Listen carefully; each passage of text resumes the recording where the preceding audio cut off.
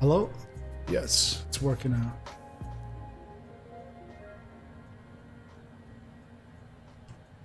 Yeah, so in today's stream, we're at Bergamo.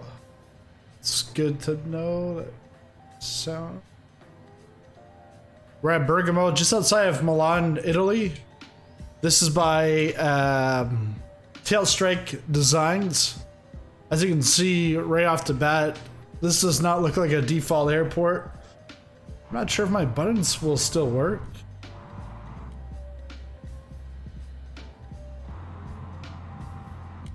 Yeah, let's go into drone. Yeah, so this is by Tailstrike Designs. And this just came out last week. And then we're gonna go up to Stockholm Bromma, which just released yesterday on from Orbx. I've also posted something, a live stream from last week, doing a preview, and I actually got another preview to do for next week. There'll be another airport in Spain that I'll do a video for it next week, but it'll come out by the end of the month.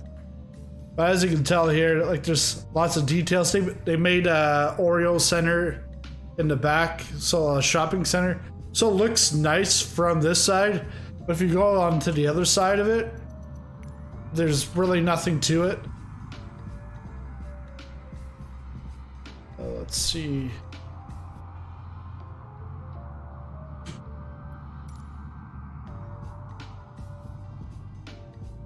Yeah, like in the back, like there's not much to it, but from the from this side, it actually gives you some visuals. Let's see, Mr. Proto going through the parking lot. I'm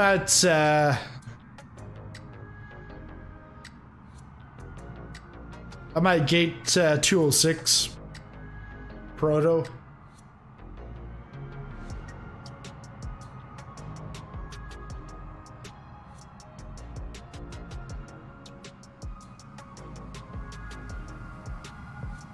And here there's no jetways, it's the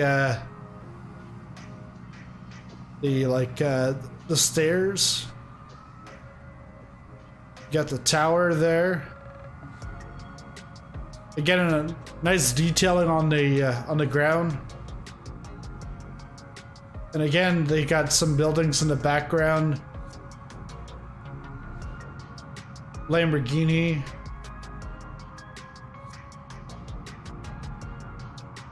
Over here, you've got a DHL. A cargo bay. Your fire trucks.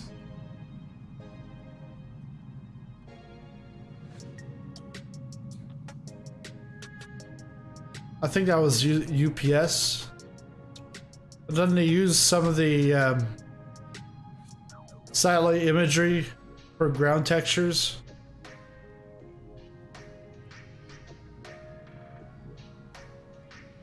I think this one.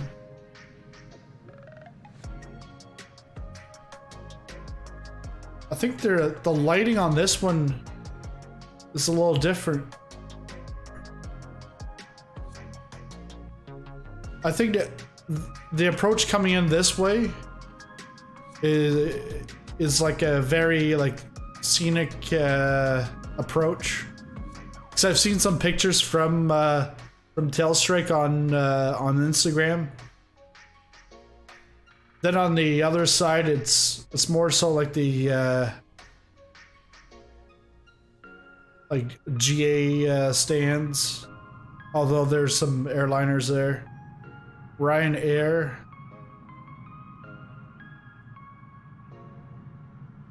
So yeah, let's go. Let's take off, and we're gonna go on our way to the Stockholm Bromma. What do I want? I want my camera.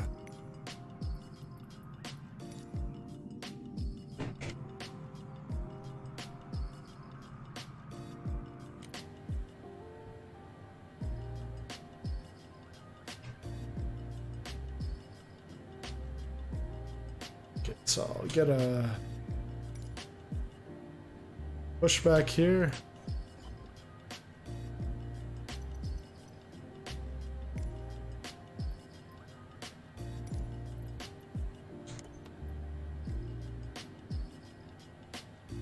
Oh, never even locked in my...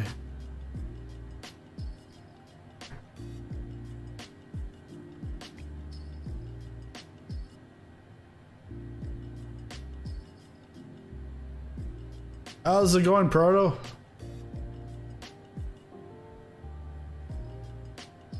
Not sure if you can hear me.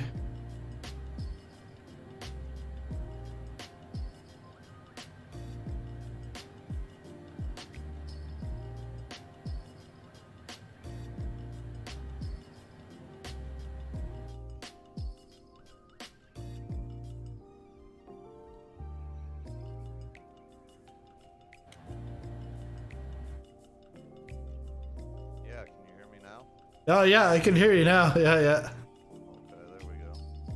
How are things?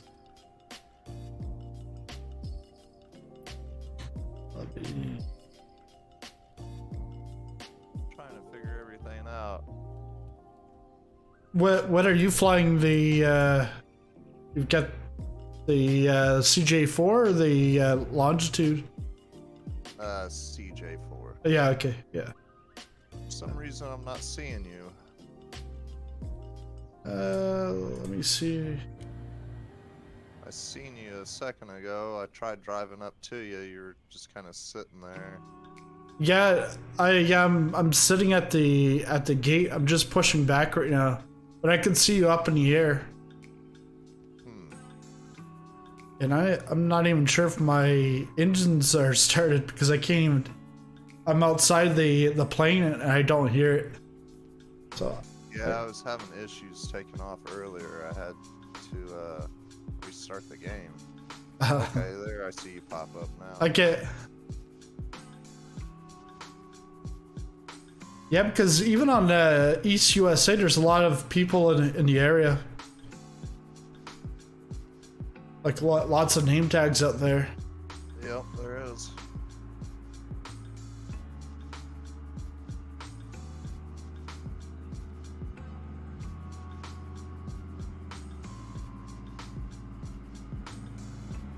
Yeah, I had to uninstall everything last night and then reinstall, and then today I've been like reinstalling all the world updates again, which is a pain, and that's because of the hotfix. When I went to install it, something got corrupted, and I had a issue with the last world update, and I had to disable Windows auto tuning and then install it. Okay.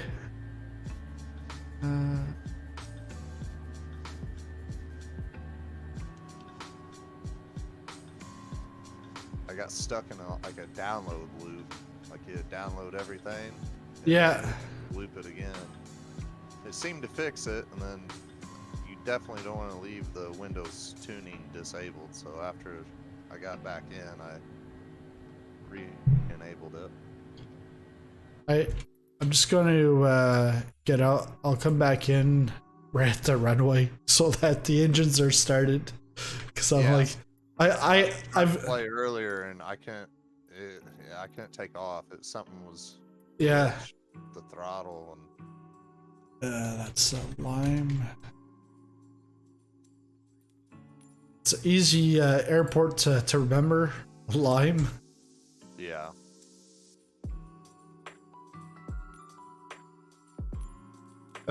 For flight plane, all I did was I just put it to IFR, high altitude, just so that it brings it into the plane, because, well, I'm not sure about what's in the CJ4, but Longitude, there might be a FMS, but it's the first time I've flown this plane in a while, so I'm like, let's just do it easy.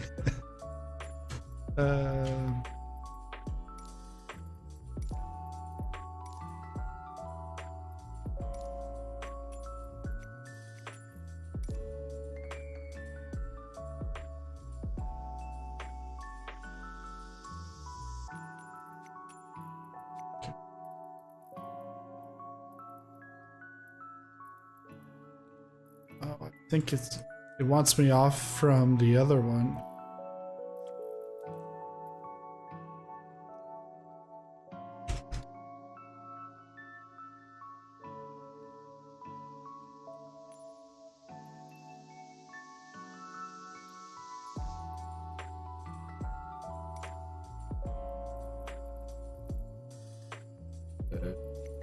Good. Hey Lars, how's it going? Oh, nice. My landing rate was 19 feet per minute. It's like when you load into the sim, it gives you a landing rate. I don't know why.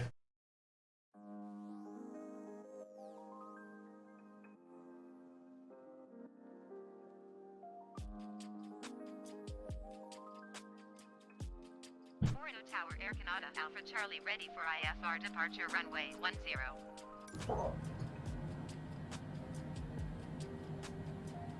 So you have loaded back in? Yeah, yeah, I'm back in at 10. And GPS, it's a source. I see it.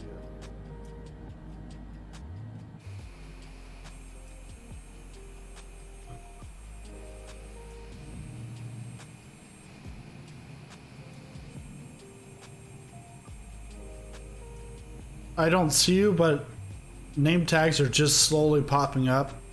Yeah. So I'll take off, and then you're already up in the air already. Yeah. Okay. I flew over you when you Okay. loaded in. Sounds good. Wrapping back around.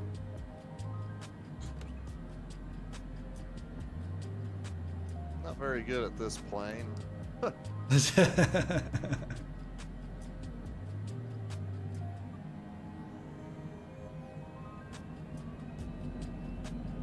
I've been starting to get better at getting used to the CRJ from the Aerosoft, the regional jet. But this I like, the Longitude, but I haven't flown it in a while.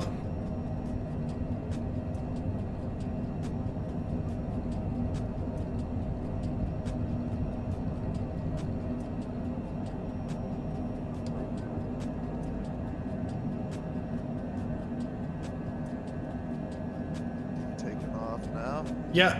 Behind you. Yeah, we could probably go to Alpha Charlie, contact Milan Center on 124.9 flight level 250. Unless there's clouds, like you can go whichever height you want. I'm just gonna follow you, man. Not that. Not that picky, area. I'm not very good with the game that much. Okay, no problem.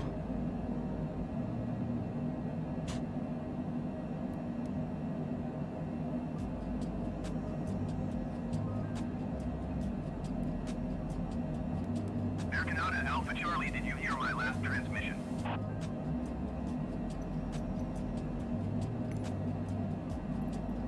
.9 25 Air Canada Alpha Charlie.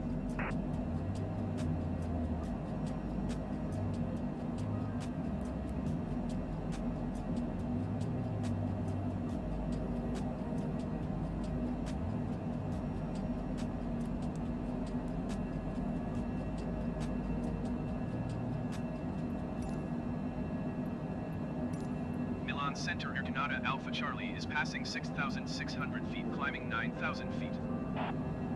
Air Canada Alpha Charlie, Milan Center altimeter 29.88, continue to act as planned.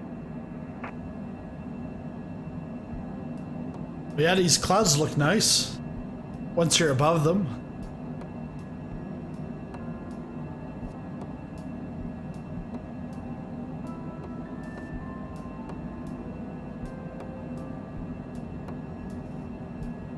Air Canada Alpha Charlie, climb and maintain 15,000 feet.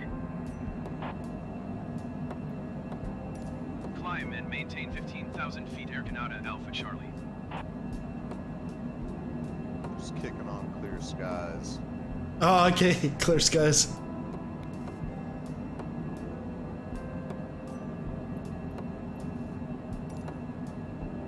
Like to be able to see everything, you know. Yeah.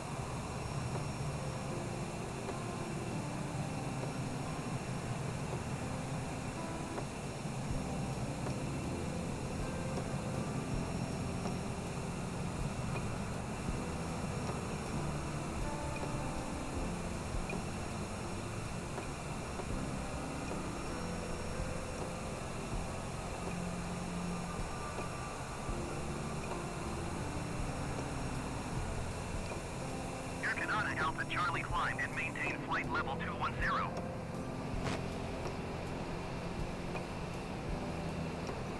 Issue, I don't see destination. Climb and maintain flight level 210 Air Canada Alpha Charlie. Wow. Sorry, you don't see the destination? No, it's not popping up for some reason. If I look the opposite way, it wants to show me, but it's not pinning.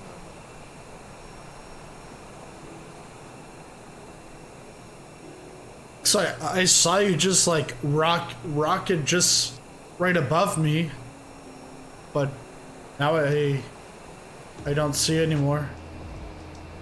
Yeah, I still see it way over there.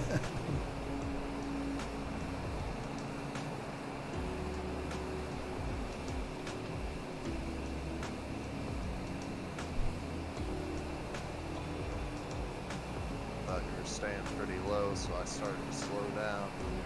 Shot off away from it. Okay. Air Canada Alpha Charlie climb and maintain flight level 310.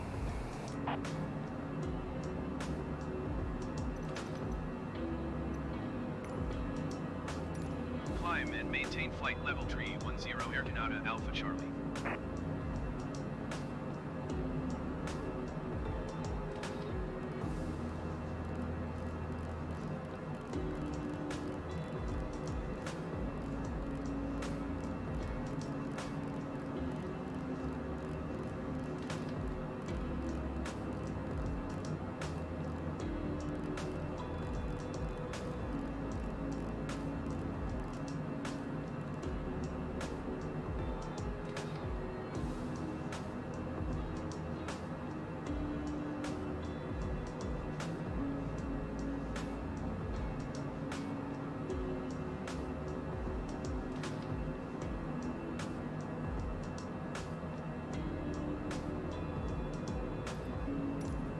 How you gonna climb? Sorry? It's got me to 310, so 31,000.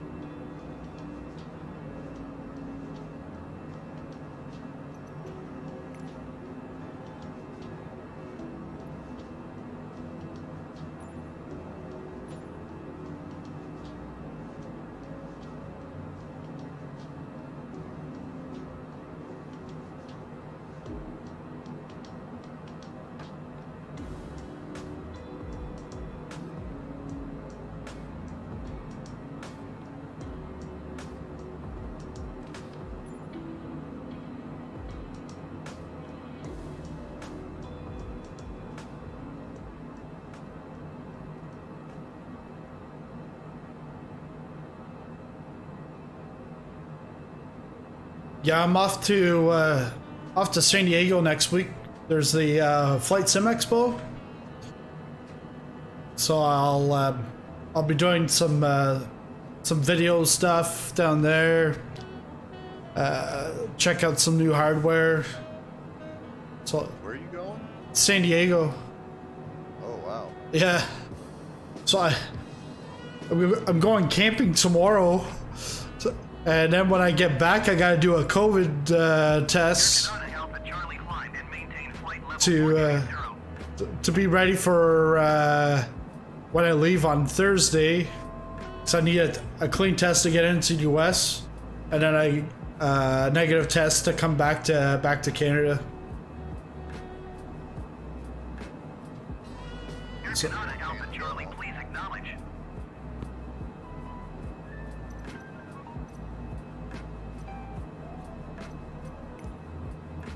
I try to get in these events. I only follow you and someone else, but I always get mixed up on the times. oh yeah.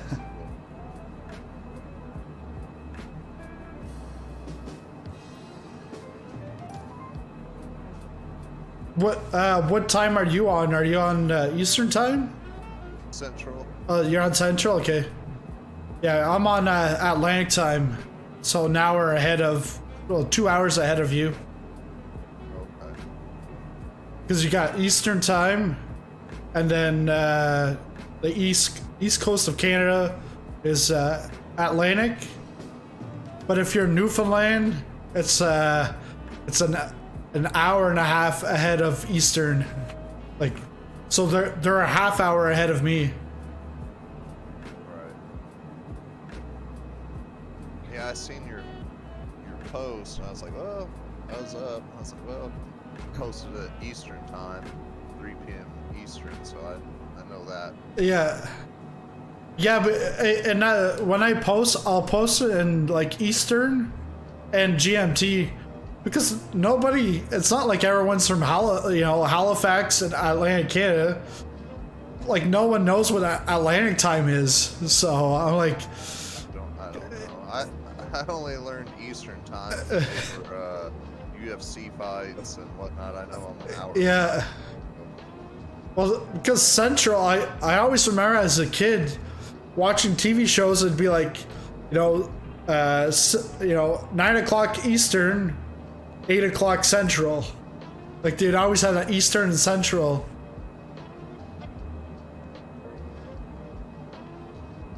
But over the years, I got used to it because, like, dealing with my family's in Eastern time. But then the different places that I've worked at, like I've got clients in Eastern time and in Atlantic time, but I've also dealt with the West Coast, and I've also dealt with the UK a lot, so I'm well versed in time zones.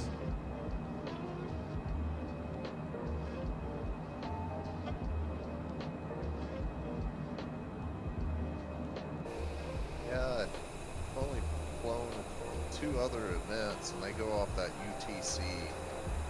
Yeah, and don't confuse like UTC, Zulu, and GMT. It's all the same time. It's just different ways of saying the Greenwich Mean Time.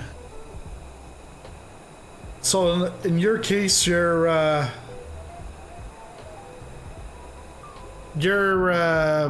UTC -5.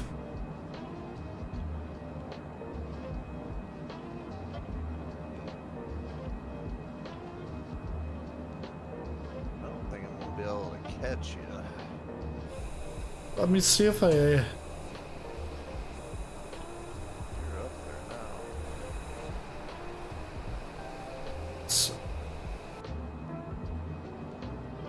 Let's see what the speed is here.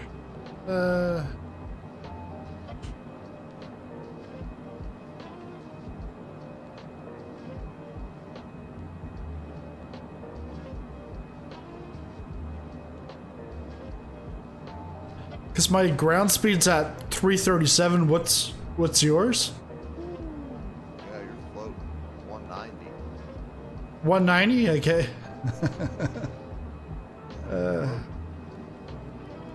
Let's see.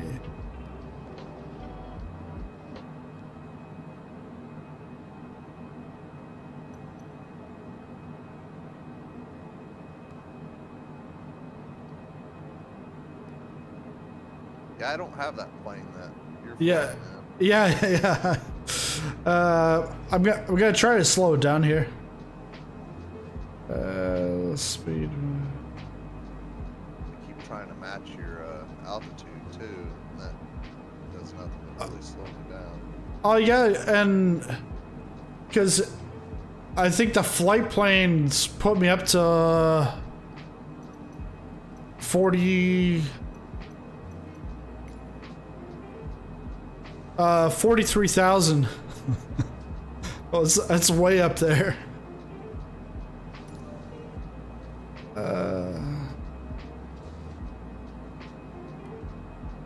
It's all good.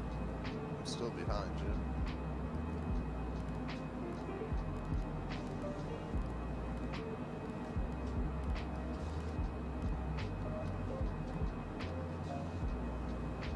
I don't know. It seems like the world update is just, I don't know if maybe it resets some stuff, but it seems like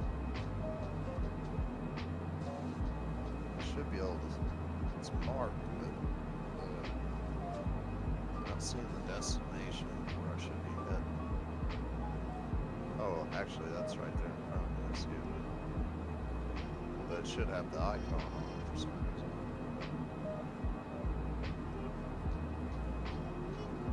Man, that's a ways out.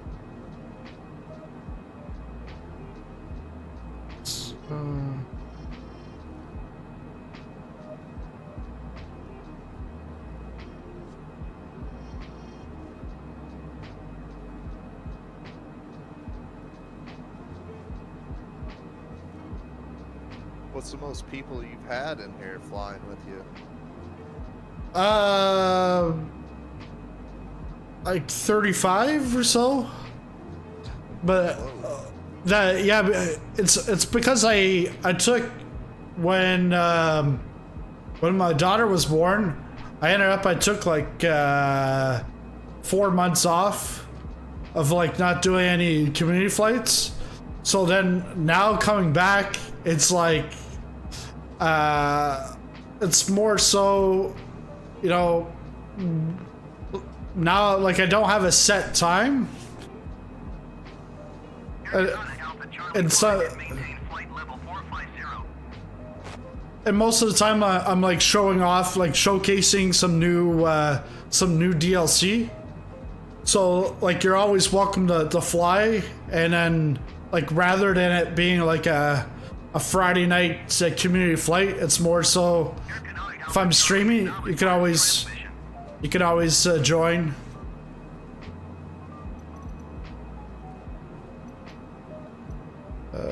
Eric.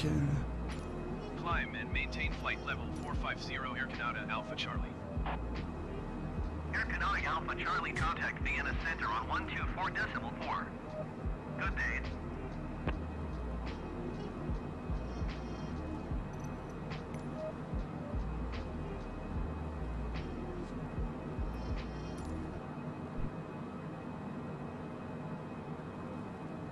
Yeah, because I used to do it where Alpha Charlie, acknowledge last transmission.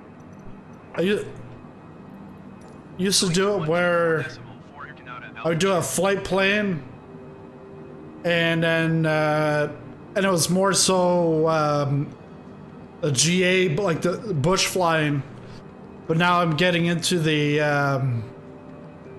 jets, the airliners, because I want to go on to VATSIM in the next couple of weeks. Start using that for ATC.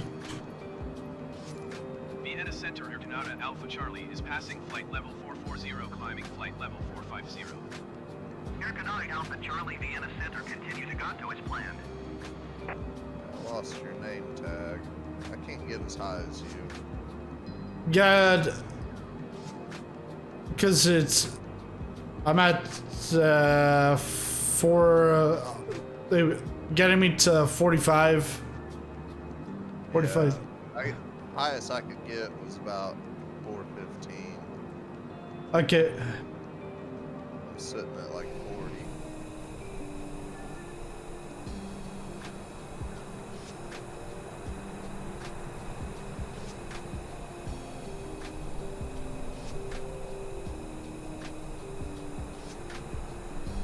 climb all the way to about 415, and then just, yeah, that's about all she reaches. Okay.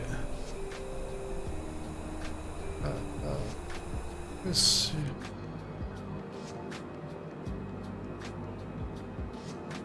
Boeing or Airbus?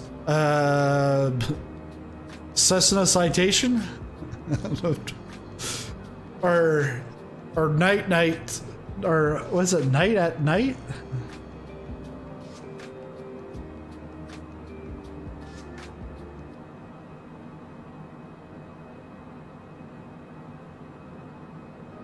So you buy all the planes and all that? I wanted to, but man, they're expensive. Yeah, they're. So some of these things are expensive, but no, I do like reviews showcasing of them, and so then like I work with the developers, so they'll send it to me for free, and then I'll showcase it. So yeah, so then and now I'm just starting to get stuff in advance, so now I'm previewing stuff, so before they even release I'm able to show them off, which that's what I like, because then I can, you know, I don't have to put my stuff out after the fact.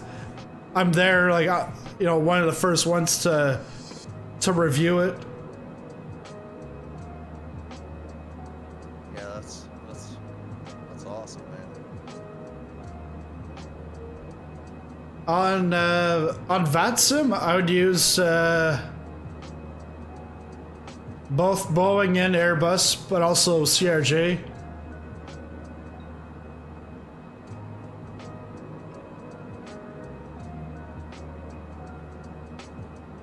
They have to back out and depart on you. Air Canonic Alpha Charlie, you are 800 feet above your assigned altitude. Oh, Descend and maintain flight level That little 450. Goblin Slayer 137.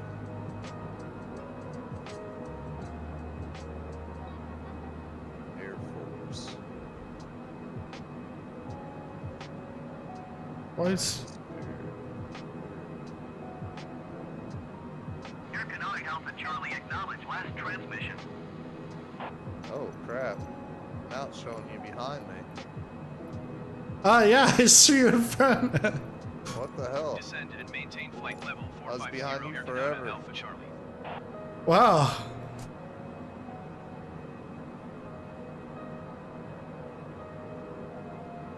I don't know how I passed you up. I'm not sure either.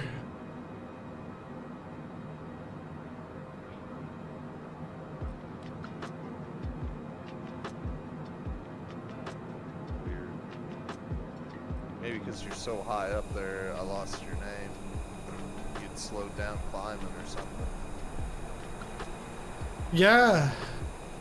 Well, because I tried to slow it down, because I've got the auto throttle on, and I can change it from FMS to manual, so I put it over to manual, and it's still not going down to the speed that I want it to go to. How fast are you going now? I'm going ground speed 373. My airspeed's at 260. 260? And yeah, my airspeed's 265. Alright, sorry, 365. I don't.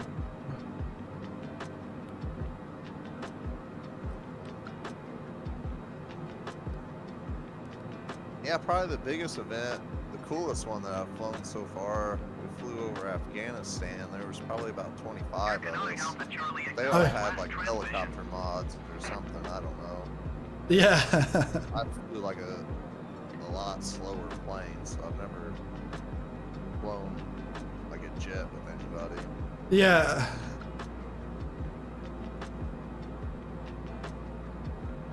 Air Canonic Alpha Charlie, please acknowledge. So anyways, tell me, where'd we come out of and where are we going? So we just came out of Bergamo, which is just outside of Milan, Italy. And so it's like it's the third biggest airport in Italy. Why am I still climbing? And then we're off to Stockholm, Sweden, and it's the Stockholm. Charlie IFR flight plan is canceled. Radar service terminated. Squawk 7000. The Stockholm Bromma Airport in Sweden. Good day.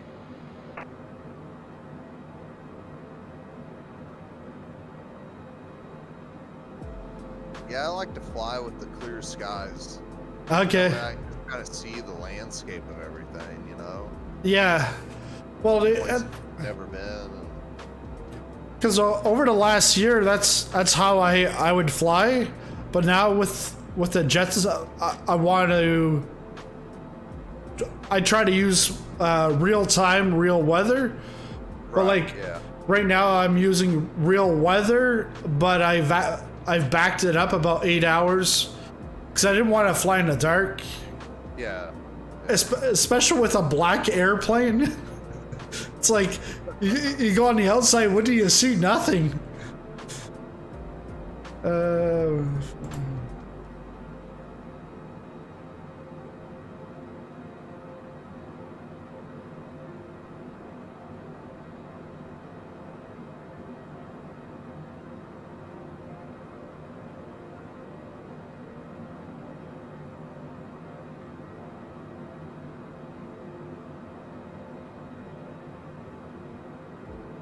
And we're still climbing. Everyone said, Yeah. I think it was because I was on GPS maybe. I'm not exactly sure.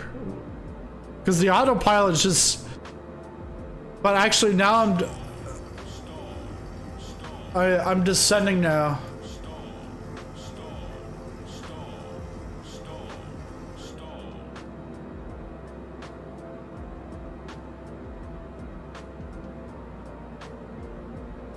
Because beforehand, when I would fly this, I'd always fly it on GPS. But I think I have to have it on Nav 1. Because then, with the autopilot, actually, it's not even. It's taking me way off. It's like something. Yeah. I actually do have to. no, I didn't realize this is that big of a flight. It looked like a pretty small flight. Yeah, I know. It's like in this at like full speed, it's an hour and 50 minutes, 2 hours roughly. Holy crap. Yeah. Yeah, I've never done a flight that long. About the longest I've done was about an hour and a half, and that was kind of flying around looking at stuff too. Okay.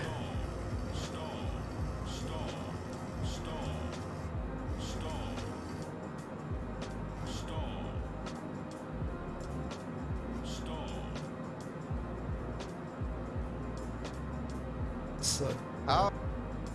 There should be an option to shut off fuel, right? Like, where you don't run out of fuel. yeah. So in your, it will be in the assistance. So if you pause it, go into click on assistance, and then there you'll see unlimited fuel.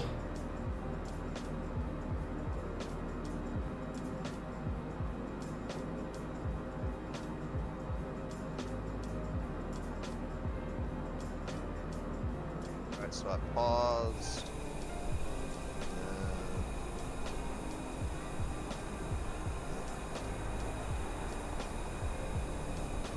Vienna Center Air Serbia Tree 15 is passing flight level tree 90, descending 10,000 feet. Let's see. Air Serbia Tree 15 Vienna Center, continue as planned. Flight assistant? Is that what you're talking about? Yeah, it should be. No, if you pause it, you'll have 4 different options, assistance options, and then highlight.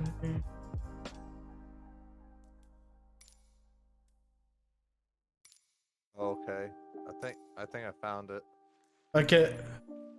Yeah, under aircraft systems, unlimited fuel. I think it was under settings for me. Custom toolbar. Okay. The other thing is if you ever run out of fuel, you can always just go up to your toolbar and then fuel in the sky. Just pretend that he got a big tanker flying in the air. Oh, what did I do? No way.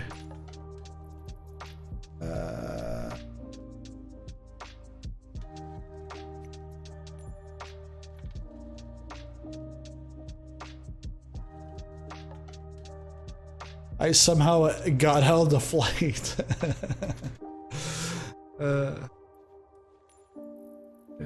Let's go.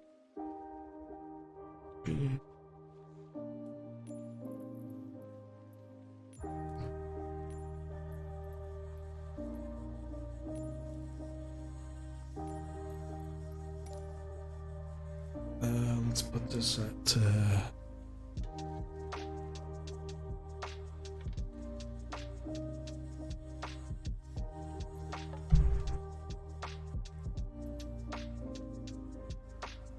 Alright, I'm gonna go to AI. oh, AI flying it? Yeah, I'll be right back. Okay, yeah, I'm starting off, so I'll catch up to you quickly.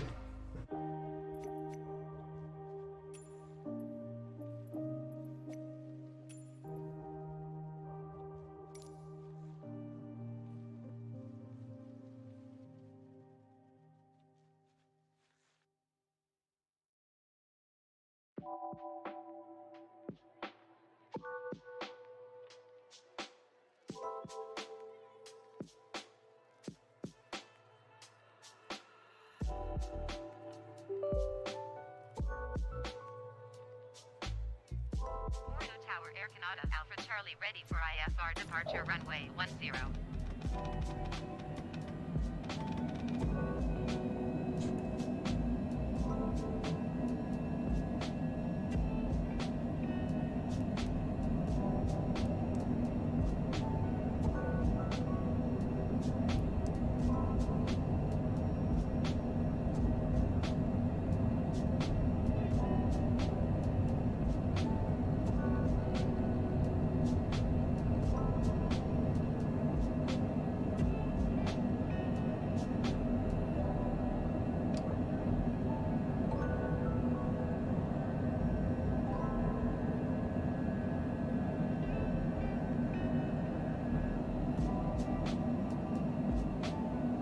Air Canada Alpha Charlie contact Milan Center on 124.9 or 25.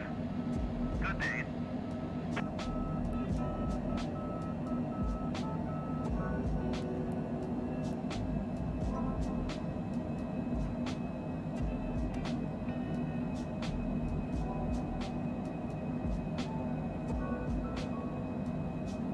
Air Canada Alpha Charlie, please acknowledge.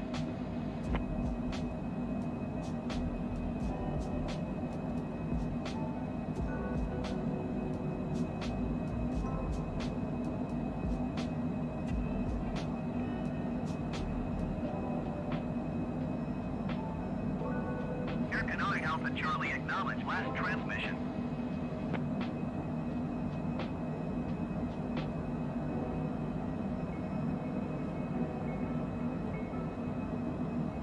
Alright, where are you at now?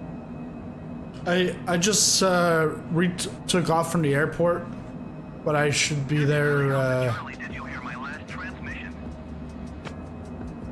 I'll be there shortly. I don't, because I wasn't looking what I was doing. I clicked a button, and it was like, it took me right out. Air Air Alpha Charlie IFR flight plan is canceled. Radar service terminated. Squawk 7000. Maintain VFR. From, Frequency change approved. airport, you said? Good day. Yeah, from the airport, I just took off again. Oh, from the beginning? Yeah, from the beginning, yeah. Alright. I'll just, I'll back out and departure onto you then. Okay.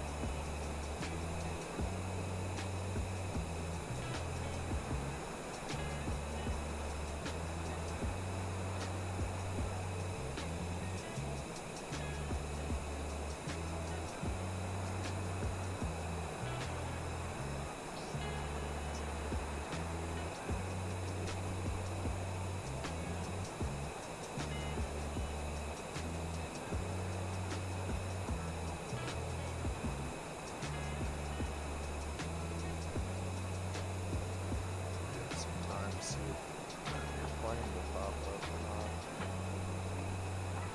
Yeah, because ground speed's almost 390.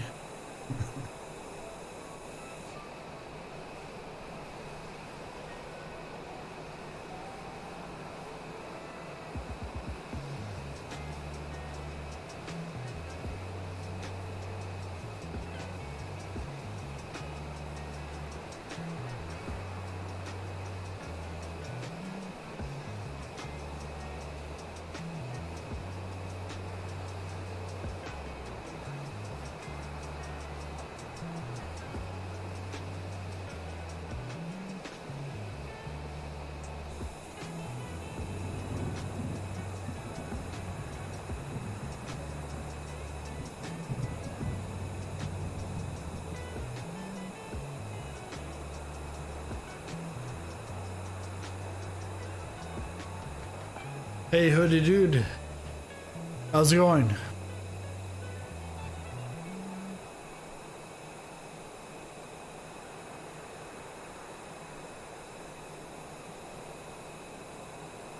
it's not popping up. Let's see.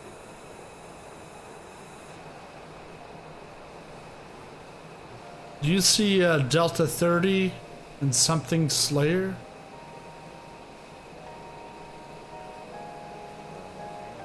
Because I see them up ahead of me, but there's a couple name tags all merged together.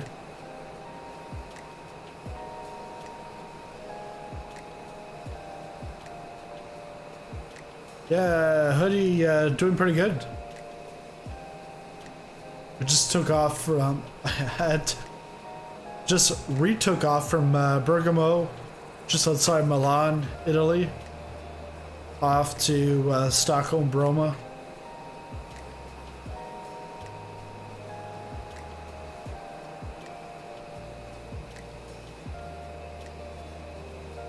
First time flying a longitude in a long time.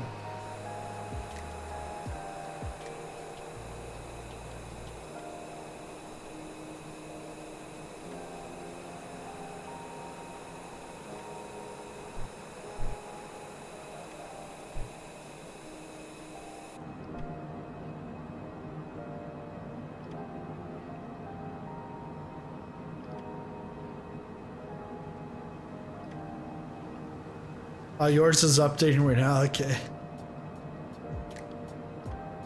Yeah, I did the hotfix yesterday, and then it got corrupted, so I had to uninstall everything and reinstall. But I actually, Proto, when I tried to reinstall, it wouldn't let me reinstall. It was always coming up with an error. Just as like it was starting to download, I'm like, what? So then Trent helped me out, and we were both looking stuff up, and he sent me something. He says, try this. Have you tried that? I'm like, no. So try it. I'm like, all it is a bunch of red stuff coming into like the console or something. And he says, yeah, it says turn off the Xbox app. I'm like, oh, okay. So I turned that off, tried it again, restarted the PC, and it started downloading. So then I was like, oh, that's it. I'm going to bed. Not gonna wait like 4 hours or whatever in front of the screen doing other stuff and slowing the download. So I came down this morning. It was fine. Everything it was installed and it was running like plain vanilla. So then I had to do all of like the world updates, and that took 3 hours, 3-4 hours.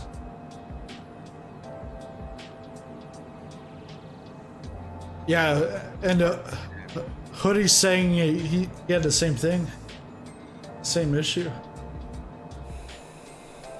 Let's see, can I see? I see Goblin Slayer, wet cardboard. Yeah, I can't see any of those people. Yeah. Do I use mods? Yeah. I not so much the free stuff, but the payware mods, because I review and I showcase tons of stuff, so I get lots of that. While I don't really do reviews on free stuff, reason why is because it's free, so you can easily download it, try it yourself. If you don't like it, delete it off your machine. But a payware, if it's not good, well, someone's gotta someone's gotta tell you that it's not good before you buy it. Sometimes it's hard to get a refund afterwards.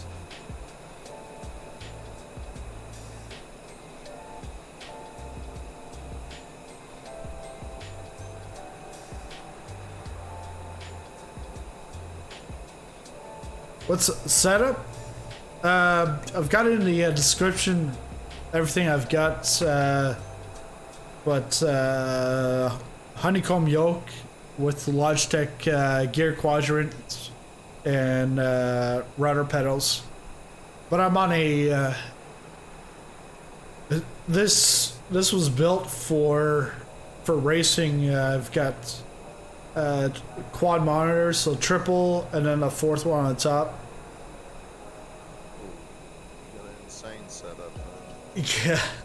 Yeah, but like a table is like a 36, like a 3 foot by 3 foot, like plastic resin staples tables. But it's, and then right beside it, I've got like a 6 foot table. So that 6 foot table holds the PC, but the 3 by 3. When I'm flight simming, I can just latch on, like clamp on the gear quadrant and yoke. If I want to work on like business stuff, I just take that off, put it aside. If I want to do like videos and stuff, do the same thing, just take that off. Want to race? I just take the table, yank it out, and then I bring in my sim racing chair. And it's like a 2-minute changeover, but sometimes I just like, it's only a 2-minute change, but sometimes I'm like, I don't feel like it. I just don't feel like doing the change, but it's only 2 minutes.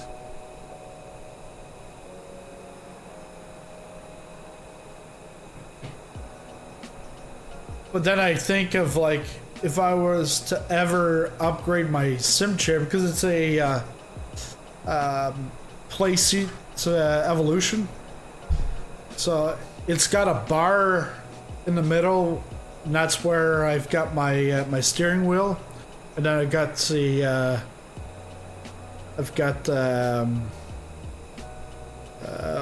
the pedals.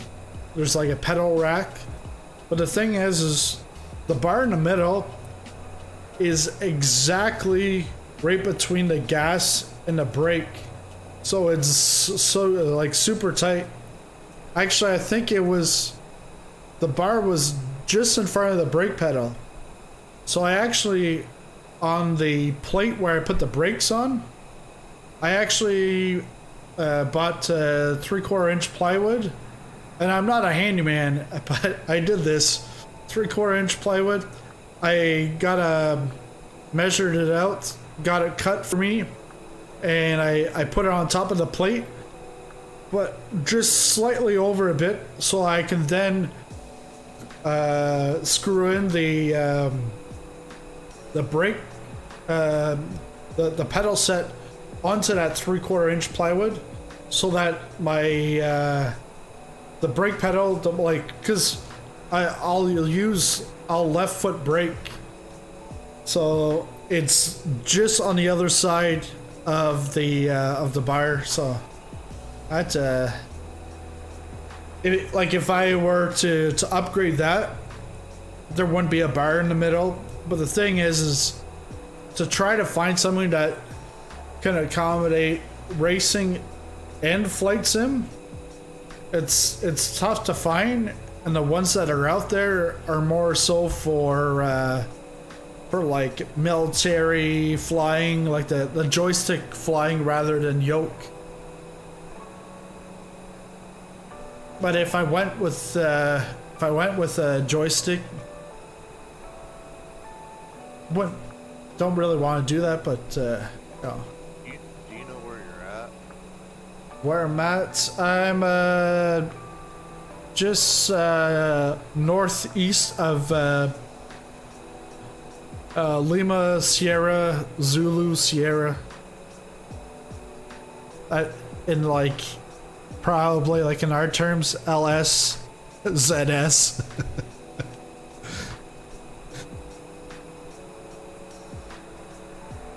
Yeah, if you look at the stream, I've got the VFR map up, but yeah, I'm just above LS ZS.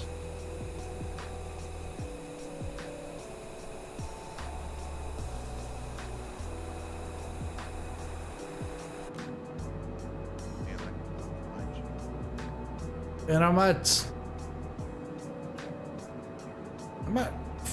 almost just over 43,000. This. I'm just looking for you on the map so I can depart onto you.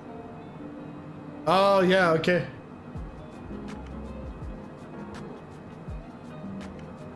See a bunch of other people behind you.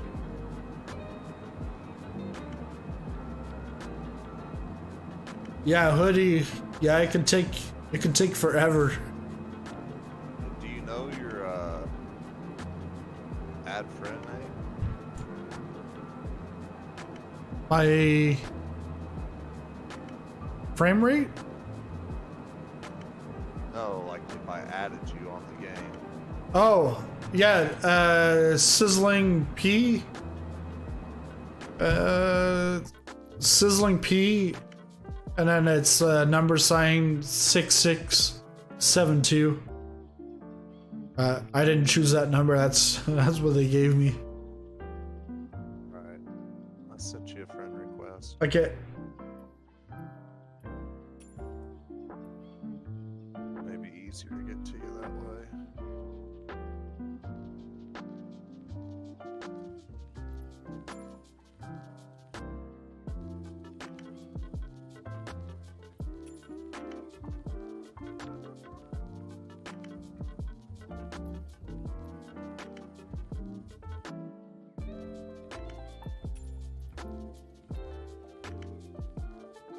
Solidate.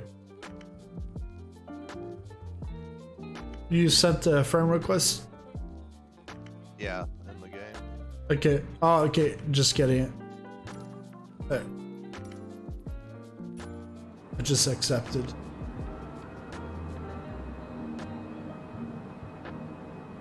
So, altitude.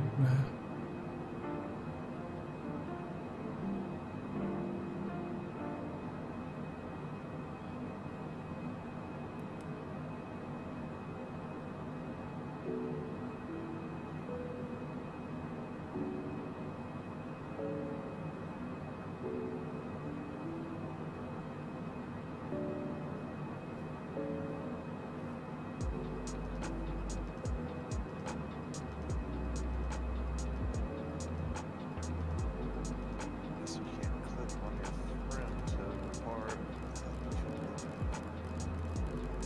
Yeah, you should be able to click on my name on the map and be able to spawn right Yeah, in. but, yeah, that's. I can find you on. Here we go. Now I see. Okay, I had to zoom out a little bit. Now that you popped right up, so it's. Okay, it's let's go. there we go. Yes.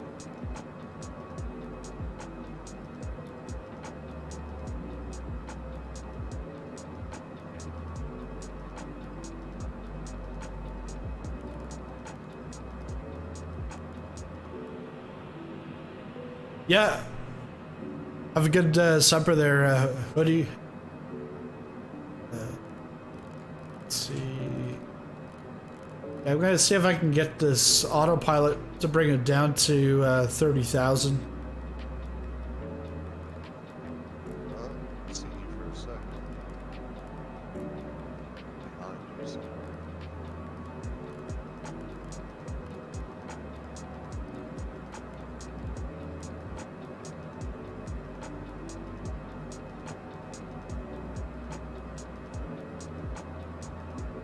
Back,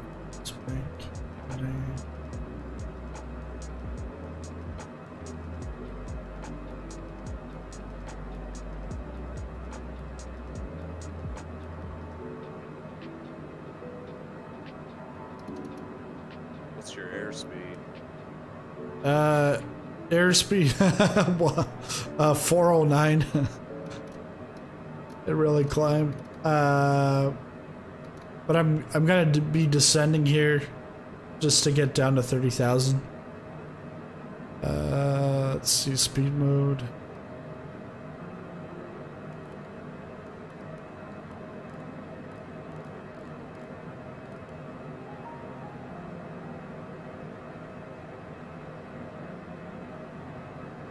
Crazy, I spawned right behind you and then you just disappeared.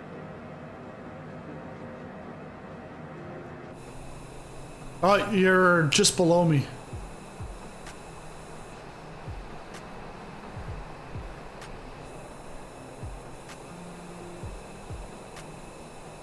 Yeah, so I'm just above.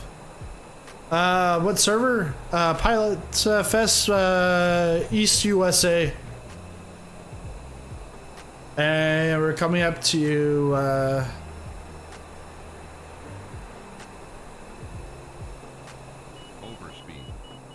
overspeed.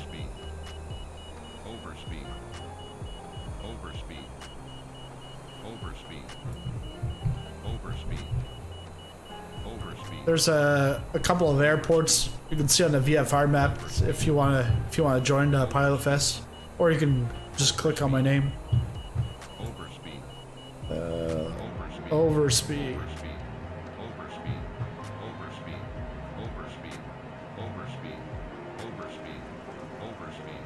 What's your altitude?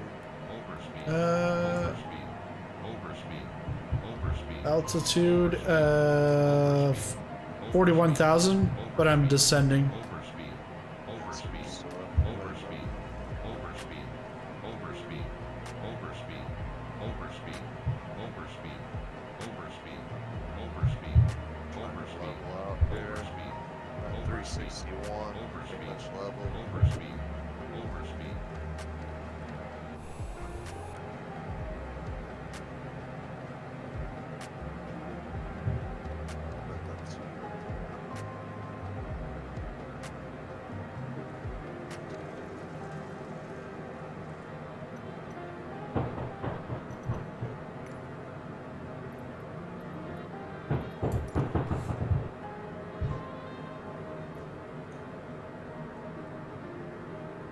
So to run that big old command center that you got one of those new graphics cards, I'm guessing. No, it's about 2 years now, 3 years. 28 Ti, but it was the monster at the time that I bought it, and then it's like, I think it was like a year later or 11 months later, I then hear that the 3060 was like almost equivalent. I'm like, what? For like about like half or a third of the price. I know they came out with those two graphics cards like, what, 2 years ago, or a year ago, or something like that. Yeah, there's always some new stuff from. You buy something today, it's gonna be not obsolete, but it'll be overpowered very shortly after you buy it.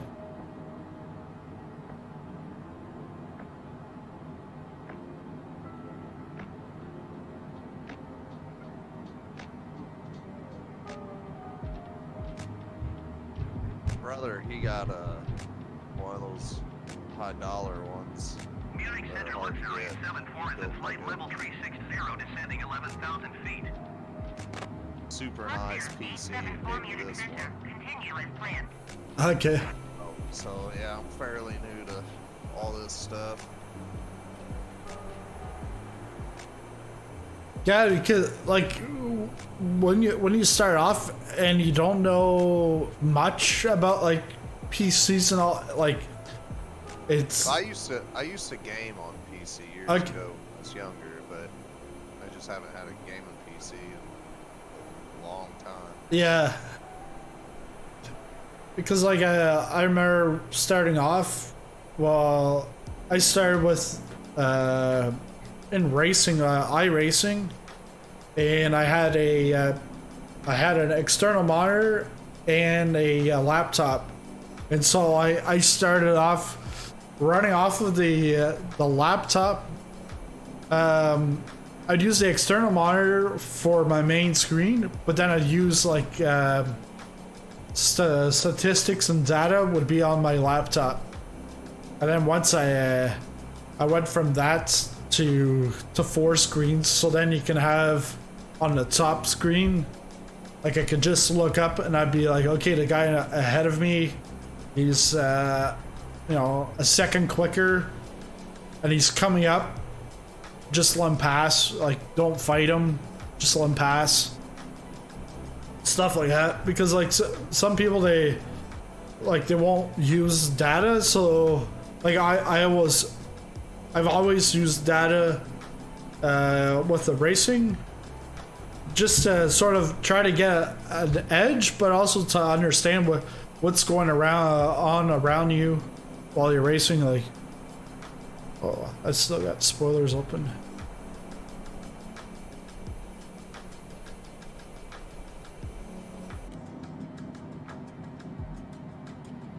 See you now, you're over to the left. Okay, because I'm now down to 280. It's starting to climb back up because I took the speed brakes off. Disappeared again. It's weird. I think it's because there's so many people around us. Yeah, that's the other thing. I think you can only see about like 50 name tags. Yeah, okay, I see you now.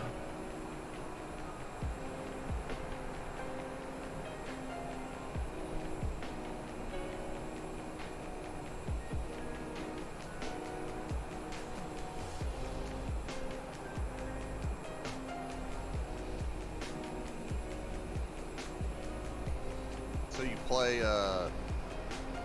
the cockpit, first person only? No, I'll go out, take a look around, stuff like that. but the more that you start to learn the planes, the more you want to be in the cockpit, because there's so many things to be doing. Like for me, like in the CRJ, that it's a busy airplane, is because the longest you can really go is about like 2.5 hours. So if you start at cold and dark, you got a bunch of stuff to do. Then once you take off, well, you've got your climb, and but then the other thing that I'm now doing is I'm using like Navigraphs to then use planning out a route and stuff like that. While with like bush flying and stuff, yeah, I'd make a plan, but then like I wouldn't, it would be more so like, okay, we're going from this airport to this airport, and make some waypoints, but that's it. Like I'm not looking at SIDS and stars, like because with bush flying, it's all visual approach, like visual flight rules rather than instrument flight rules. Okay. So I haven't done any of the bush flights yet. Okay. I did all the landing challenges, but yeah, not very good. Yeah. T's across the board. Yeah, but the thing is like a year ago, like just over a year ago, I ended up I got a press copy of the flight simulator. About almost it was about I'm just stalling here a second.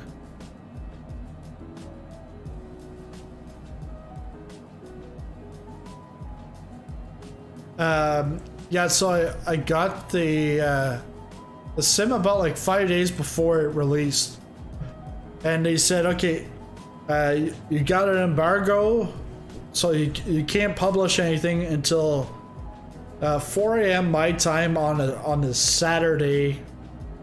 So, and I got it. By the time I installed everything, it was like about midnight. So I had it about like 4 hours. I had like 4 or 5 hours. I went and I tried doing a test flight from London in a 787. I haven't flown a 787. I did a little bit of X-Plane 11, but like really not much. So I filmed this video, and it was so horrible. I'm like up in the sky, still climbing, and I've got the landing gear still out. So I recorded myself, and then I did it as a premiere on YouTube. So then a premiere, it's pretty much like you're watching a pre-recorded, but it's like making it like a live event so people can chat and stuff. Well, so I wake up at 4 a.m. to watch this premiere with everyone, and people were just ripping me apart and saying like, how can a guy like you at 300 subscribers get this for free? I've got 200,000 and I can't get this for free. What's the deal, and why do you have it now? And look, this guy's he doesn't know how to fly a plane. He's got his landing gear out. Oh, look at it, he's crashed. Well, then the likes and the dislikes on the on that video, I had never seen that many like that much interaction before this. And it was like a basketball game, because it was like the score was going back and forth, and then it was getting stronger and stronger for dislike, and then people would then comment and be like, why is everyone disliking this video? This is good. They're like, they're disliking it because I didn't fit the the the right profile of someone to be in a flight simulator 5 days before everyone else. So, so over this last year, I've learned a bunch of stuff and continuously learning. Because now I want to use the VAT sim, which is the real life ATC, air traffic control. And it's all like volunteer based, so it doesn't cost you anything. But it's just to go on there the first time, it's like you get all nervous because you're like, well, what do I say? And things are said so quickly, and what if I don't know what he's talking about when he says something to me? So now I'm planning on doing a flight. My first flight on it, when I come back from San Diego, I'll do one. And then, yeah, just constantly learning, and it's fun.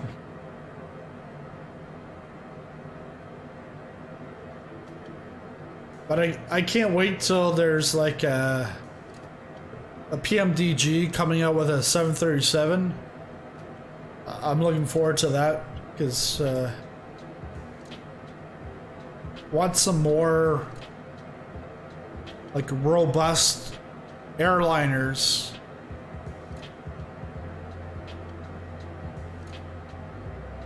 Because there's lots of bugs with like the Asobo stuff, or it's not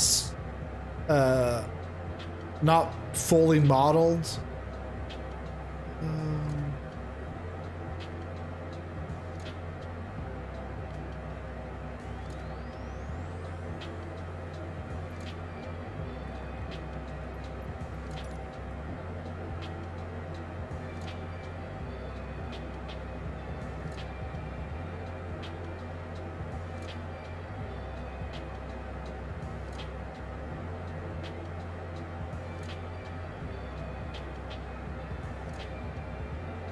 Oh yeah, I haven't been looking, but I think you're gonna be like way.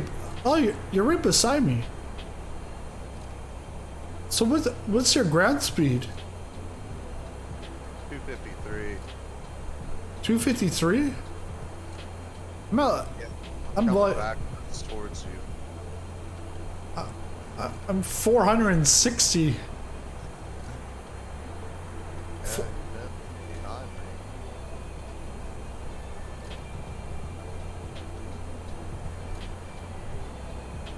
Cutting over to you. Okay, yeah, because I see you're moving. And I'm at 31,000. Yeah, I'm at 32. Trying to get closer to you. Well, And it's actually clear skies here. hell. Of course. Yep. Unless you're blended in with that wood stock.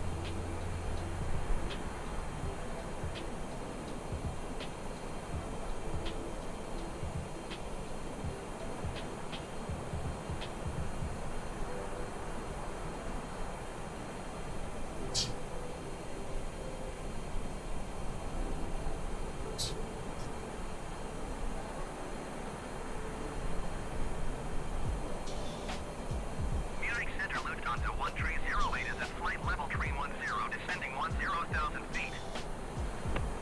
Lufthansa 1308 Munich Center. Continue as planned.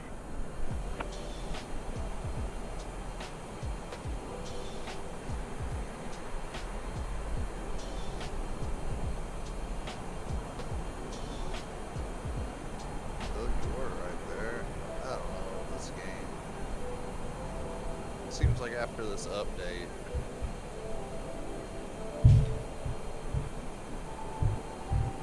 Just been having issues.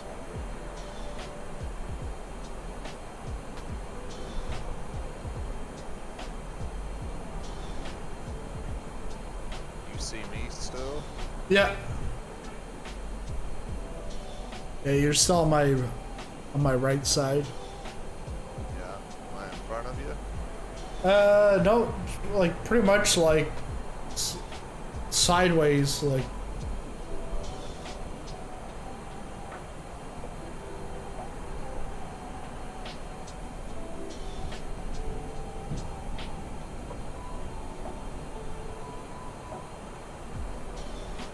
Left onto 1308 traffic is 1 o'clock, 4 miles. It's flight level 305 Cessna C700. You'd think there would be a Report setting them where in you sight. could always show your friends. Yeah.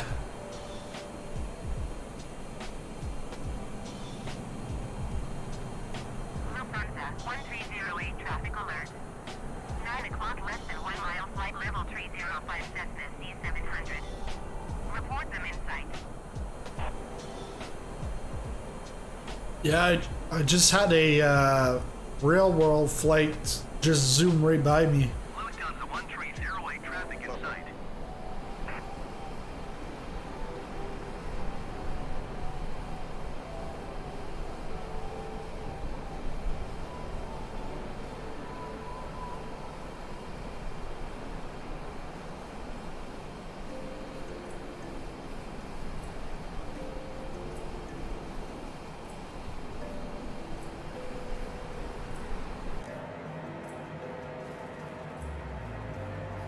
Stormy Daniels, 96. Wow.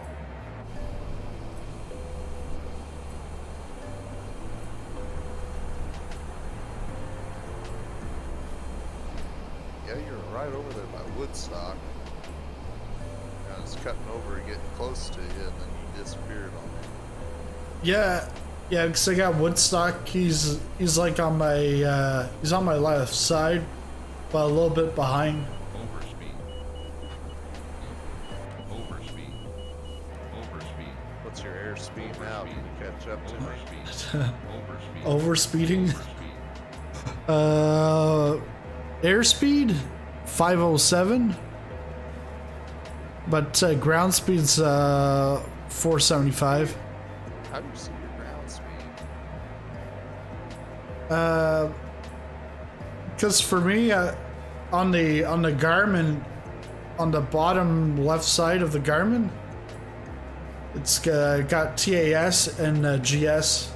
I'm not sure what the CRJs or the C4J or CJ4, what it's got. You got something else going on, I guess. I don't have all that fancy stuff. Yeah.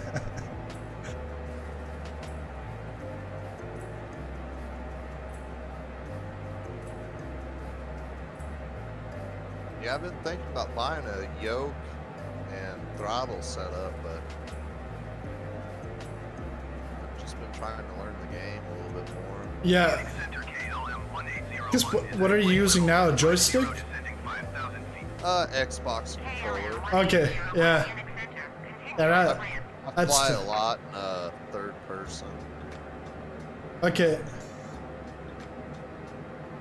Yeah, because a joystick would be like the best thing. Because the other thing with the joystick is that when you're flying an Airbus, like if you're to fly an A320, it actually is a joystick and not a yoke. But it all depends on what you really want to fly and stuff.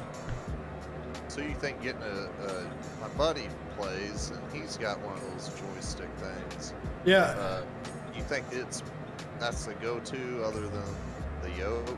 Yeah, because other than yoke, I've got a Logitech Extreme 3D Pro, and I've had this for probably 10 years. I didn't really use it much, but it's like it works fine, and you can still buy it, same model, 10 years later. Nice.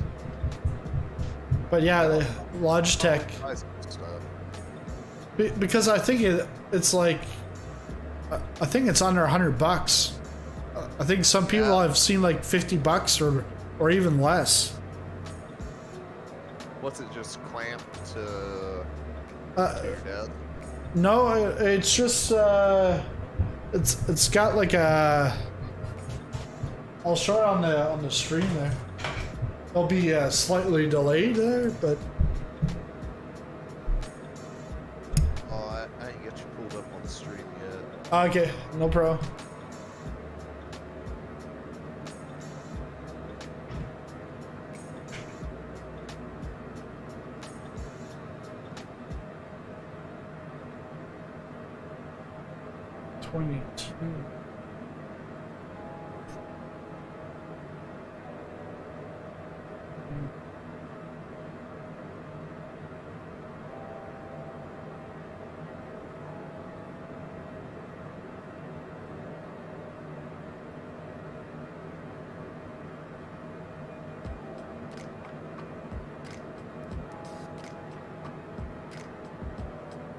Landing gear. Landing gear. Landing gear.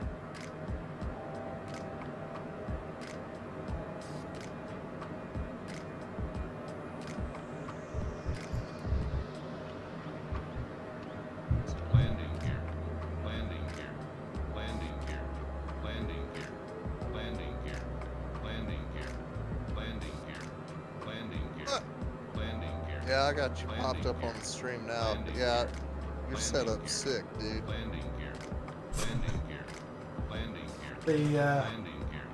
Landing gear. Landing gear. Landing gear. so it's just like a pad the joystick's on, Landing gear. Landing gear. so Landing it doesn't clamp or anything like that. Landing gear. Landing gear. Landing gear.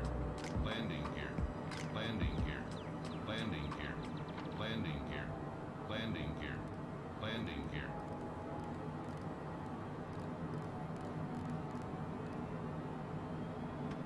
How'd you get the that could be off, I guess. That purple line on the map there. So I got the VFR map up, but Yeah, on the VFR map, it should come up automatically. Oh, but it all depends on. Yeah, that's because I put in that I was going to Stockholm Bromma, and then Yeah, I put it IFR flight. So if you have something entered into the GPS or the FMS, it'll then have a line there. the only thing that I put was the departure and the arrival, and then Yeah, it should still have a direct line. You might not be like, I don't think you're following the line because it would be a direct line probably, unless you went to IFR. IFR, it would actually have. I'm sorry, I see it now. I had to maximize this. I'm just Yeah, yeah, that's what I thought. Yep, thanks. I see it now. Okay, Oh, I scrolled in too much. That's what it was. yeah, it's scrolled in because like my the one on the Garmin is zoomed in too much, while the VFR map I've got it where I can see stuff around.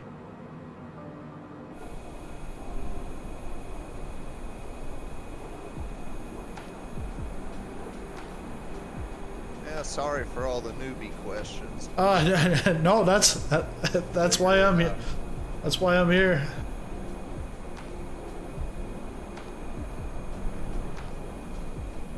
And the thing is like I was in your shoes like a year ago, so not that I'm an expert now, but like actually I was watching someone else's stream yesterday, and I was like answering people's questions in the chat. Like he's got like 300 people watching him, and I'm like, he's talking to the chat, but they some of the stuff like he doesn't really know, but I know, so I'm like, I'm answering all these people. I'm like, all right. Yeah, I found when I first started playing this game a little bit, I figured out the calendar event thing. Yeah. And that's how I came across you, and then I never was able to get into one of the games. Okay. Yeah, because was it like July? Yeah, July.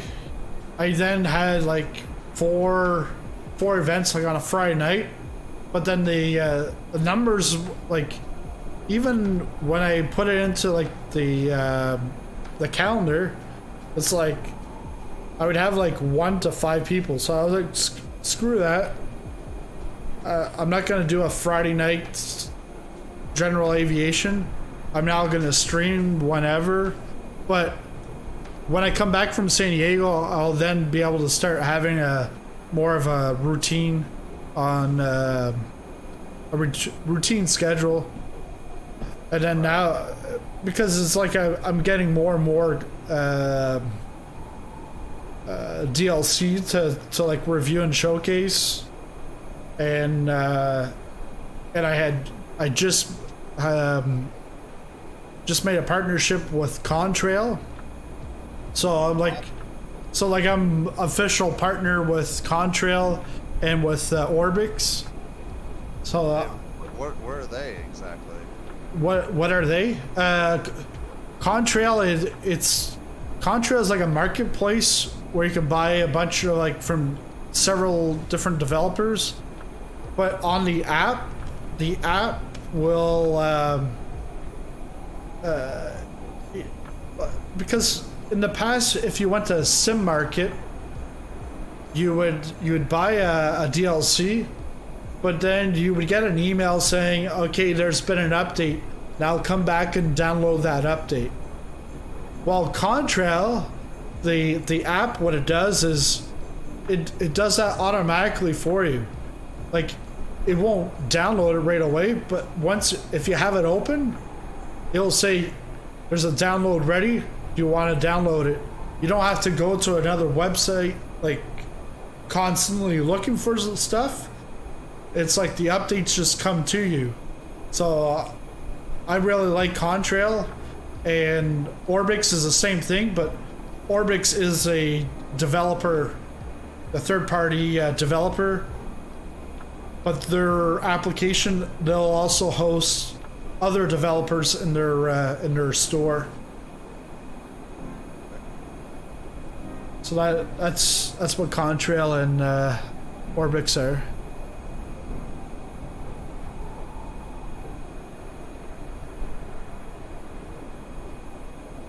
So actually, the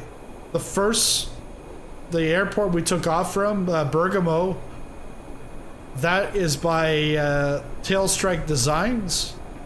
So they're a third-party developer, and then they sell their stuff on Contrail, Sim Market. Actually, no.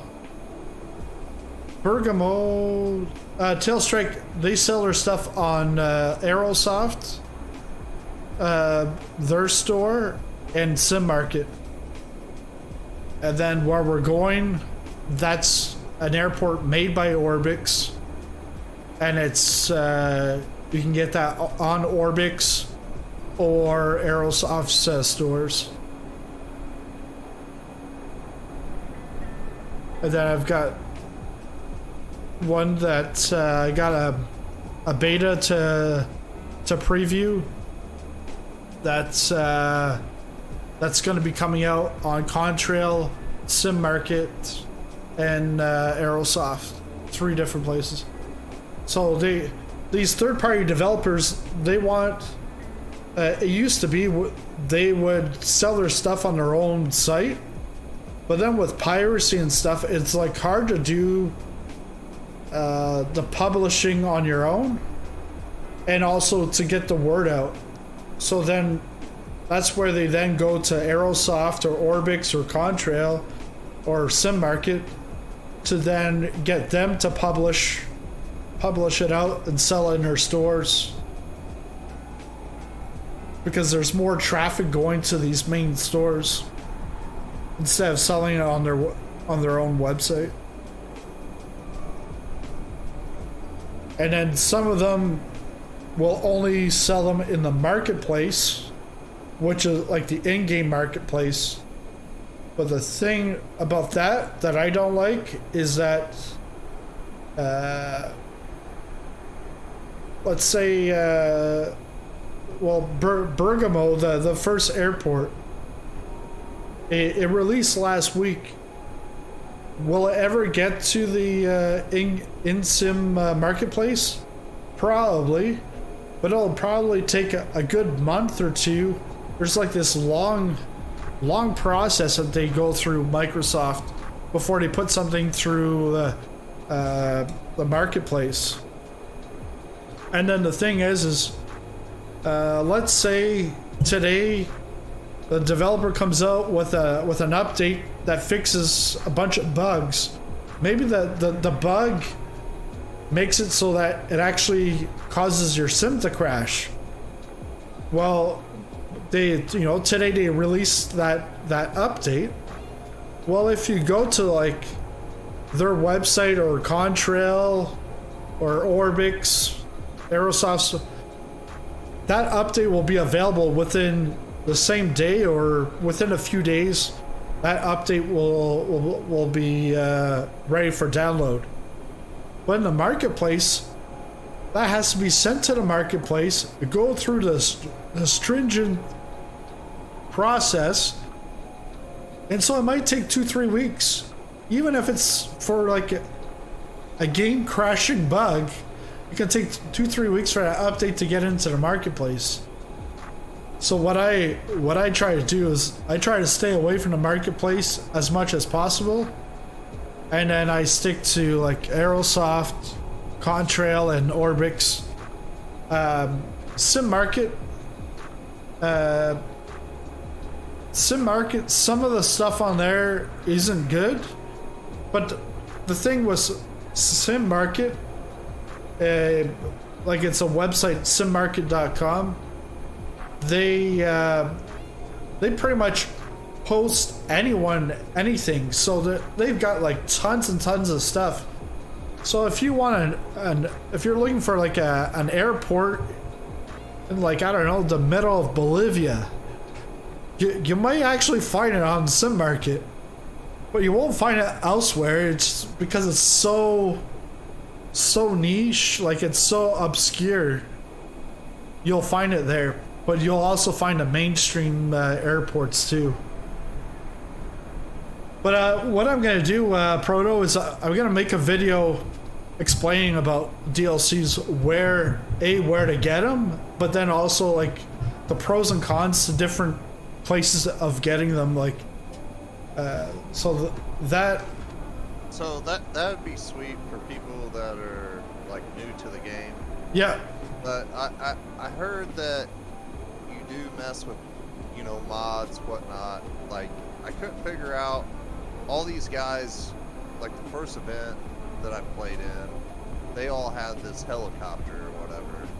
Okay. And it just seemed like I had it set on just like generic planes or whatever. So it looked like just a generic plane just floating up and down everywhere when I got in there. And they're like, oh no, you need to go download this. But there was no like instructions on where you put this file into, what folder to make that mod work. Yeah, because normally when you download something, you'll then take the folder and put it into your community folder as is, and then next time you boot up, it'll work.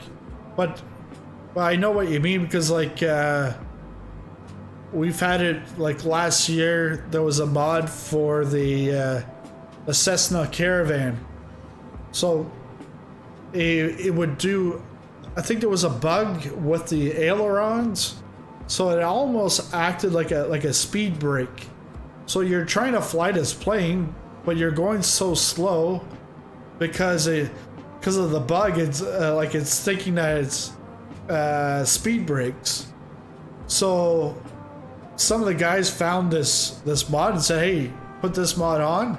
Well, all of a sudden the plane flies like it should. But without knowing that, yeah, it's you know, you're flying something and you're like getting frustrated that, hey, why am I going slow but everyone else is going fast? Well, yeah, this guy, like, there's lots of mods out there, like on the free side, there's lots of them. Yeah, it's something I gotta learn. Yeah.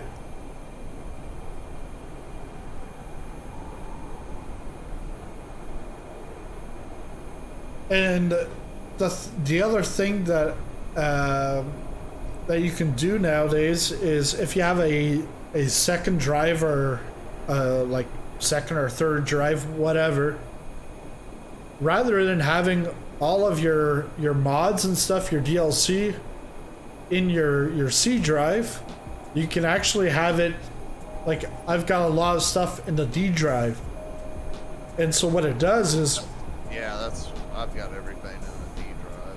yeah, it's because it'll be in the D drive where I've got plenty of space, but then it'll do a link to the C drive so that the sim will pick it up and say, oh, we'll access that file from the D drive because of that link. So it's that way, because right now I'm getting very close to hitting my max on my C drive. Yeah, I don't have a very big C drive, so Yeah. everything go to when I got this computer off my brother, he put another drive into it, so everything goes into it. I just recently bought my son a gaming PC, and we did the same thing. Yeah. So everything goes into the external drive. Well, his is a Seagate, whatever. Mine's actually built in. Yeah, because I've even done that like with Steam. All my Steam games, all on the D drive. It leaves it space for Adobe Suite on my C drive, because that needs to be on the C drive because of when I'm rendering videos and stuff. I need the quickest, the more power than on the D drive. What's your airspeed right now? 237 solid. 237? 238 now. Okay. Knots, okay. Because my ground speed, not airspeed, the ground speed's at 316. And when I look out to you, you seem to be ahead. So Yeah, because I was pulling back on the throttle, but then now I'm like, okay, I'm gonna put it back up. Yeah, I'm watching. I can see you on my screen and where I'm at on yours. Okay. Yeah, you got a nice picture there. I ain't got all those clouds and everything on mine, I guess, because I got clear skies. Yeah.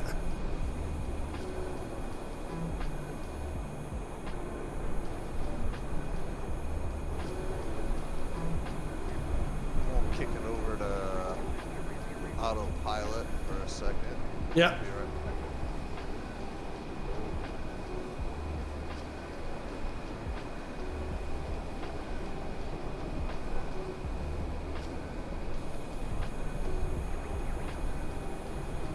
Hey, Lars.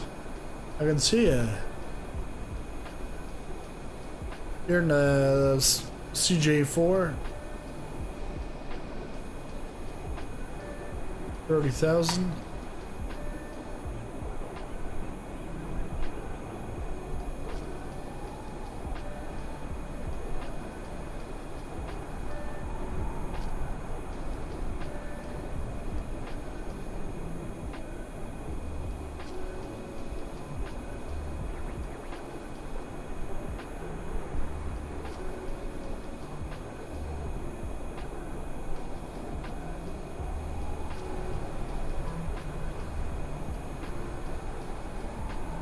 UDDP.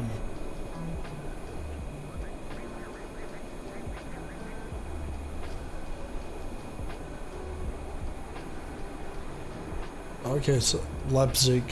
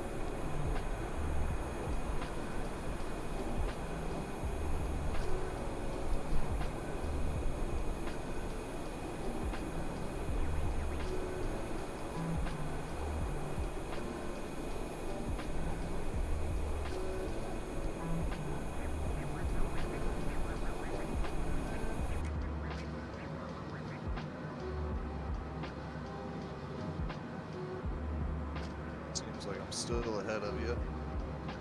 Yeah.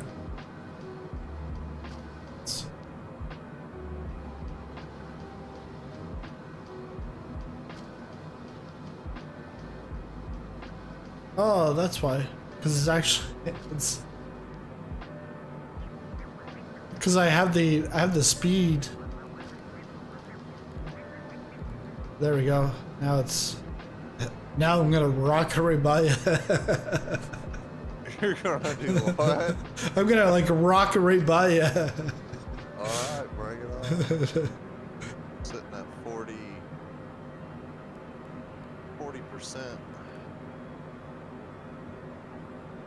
engine level there. Just cruising still out, taking it off autopilot yet.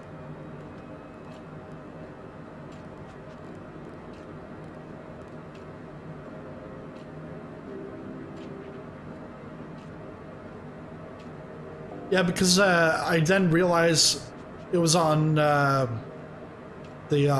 auto throttle, but it was stuck. I had put it at 229, so that's all it was really doing. Because I had reached it and it was just maintaining it, so that's why I've been like slower. But now it's going up to about like 300 or so.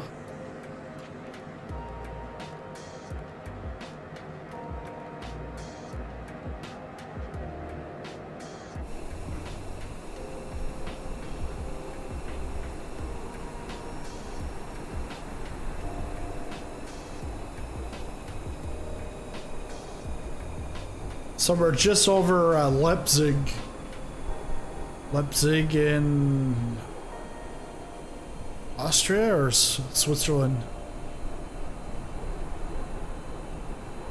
One of the two. Yeah, you disappeared off my screen. I wonder if it's because you get going so fast I can't pick you up. Yeah, I still see you. I see you in the front, and I see Lars in the back. Because Lars is in the CJ4 also. Well, we got another cat. Yeah, yeah. He's not in the Discord, but he's in this in the chat.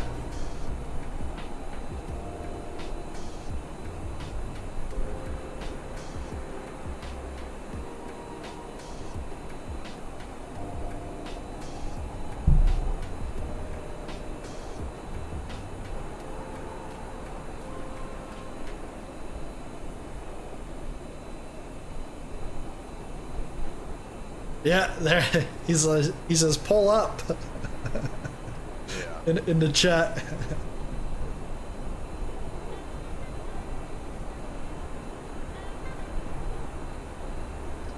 Landing gear. Landing gear. That's when you know you're in trouble. Yeah. Yeah. Are you hearing that in your plane? Or from? Oh, I was just joking because that's what you normally hear. Oh, yeah. Well, it's because when I had it, when the auto throttle, well, when the speed got to 229, it then went into landing gear because it just cut off the fuel to maintain the pace. So when it cuts off the fuel, automatically in this plane it'll say landing gear, thinking that you're going to land, but really it's just you're going to idle.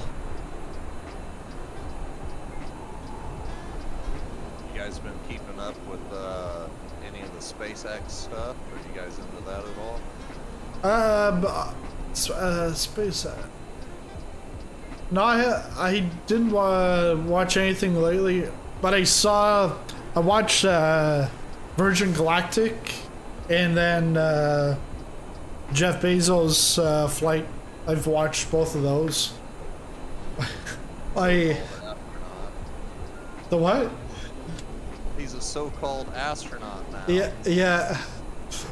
And then after that, my son's like 2.5. He's like, spaceship. That was his word of the day. But actually, what was it? Last night, I did a flight from Miami to New Orleans, and then New Orleans to Fort Lauderdale, taking a look at airports by land VFR. And so I get upstairs. VFR, what's that stand for? VFR, Visual Flight Rules. Oh, VFR. Okay, Yeah. VFR. But the third party developer, their name is Land VFR, like Latin America, Land VFR.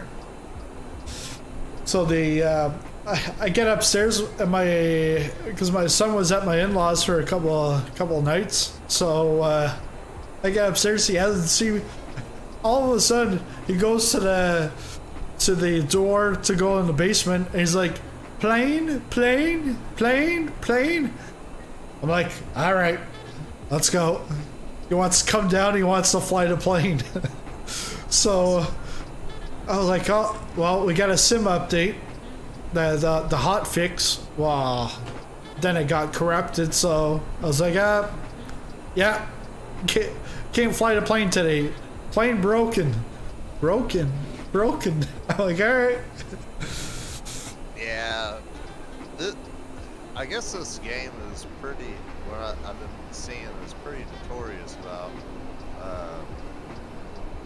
their updates just screwing a bunch of stuff up.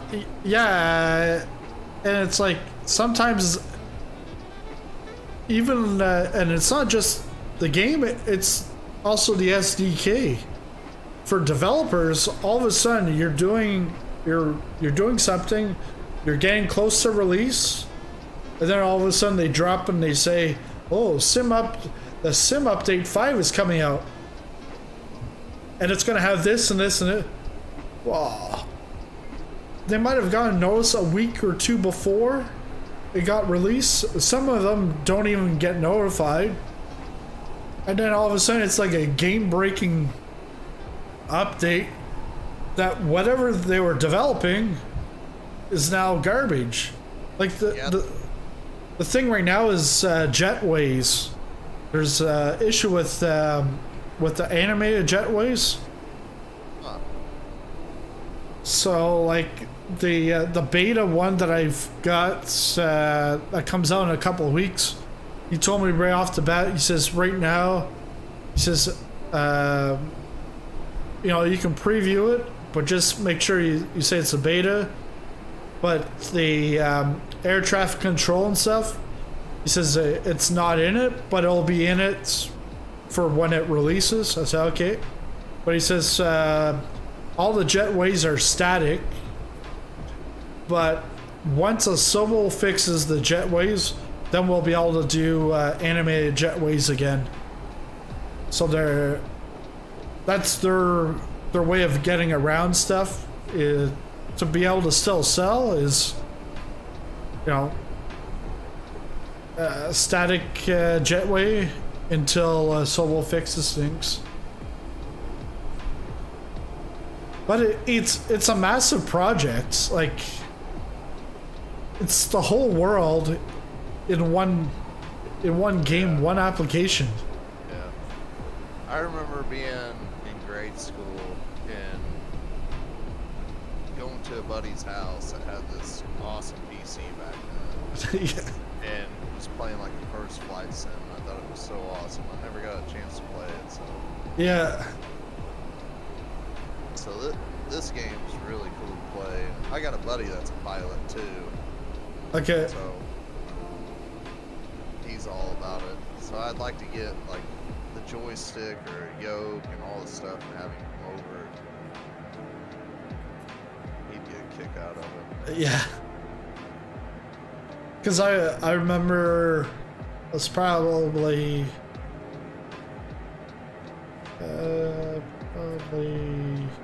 like 13, 14 years old.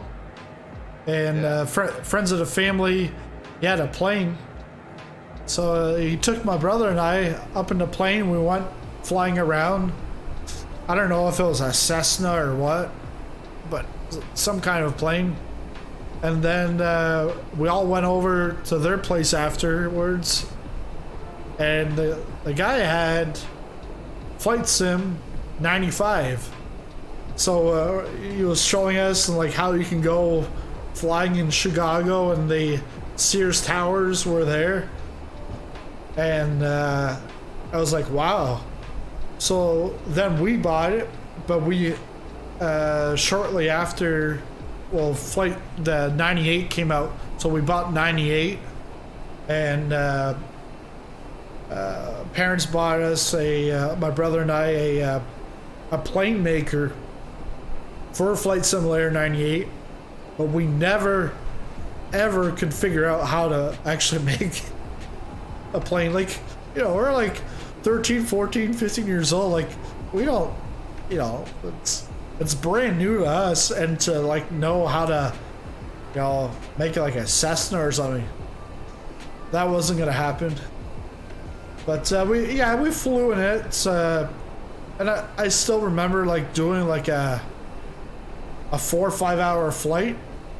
But what I would do is you get up in the air and then you like time lapse it, and then you then do the descent. Now, in this flights like the current one, I did a 32.5 hour flight about almost a month ago from Halifax to San Diego to like represent me going to the Flight Sim Expo, but in a Cessna 152. So it took 32.5 hours to get there, and several landings to refuel and stuff. Yeah, I don't know how to land and refuel and all that. Yeah, so like refueling, you would use your toolbar, your ATC, and then you'd have to go on to the ground service, like request ground services, and then there you'd then be able to see jetway, fuel, power, your food truck, and also your baggage. So you can control it from there. But there's sometimes you'll go to an airport and it doesn't have that service. And I'm like, because on that 32.5 hour flight, there was an airport that says, we've got no fuel tank. I'm like, what? Like, so how am I gonna fuel? So I just used the toolbar, clicked on fuel, and then I just fueled it up myself. Like somewhat cheating, but it's like, what am I gonna do? Take off and go? I think I got the fuel thing clicked, but it's showing me at 33%. I don't know if it just empties out and you just keep going or what. Yeah, so like I'm at 35%. When it gets down low, like my plane, because I don't have unlimited fuel, so if I don't fuel up, like I'll fall from the sky because the engines will cut out. Hang on, back up from where you're at. Show me what you clicked on. So on fuel, and then here, if you wanted to do it, you can then just slide it up to refuel it yourself. Oh, I see it now. Okay. Alright, thanks. I didn't see that earlier. Yeah, no problem. And then the other one would be on your ATC, but up in the air, you can't do anything. Alright. Yeah, thanks. I didn't know about that little setting there. Yeah, no problem. I went right over that. I was in something else.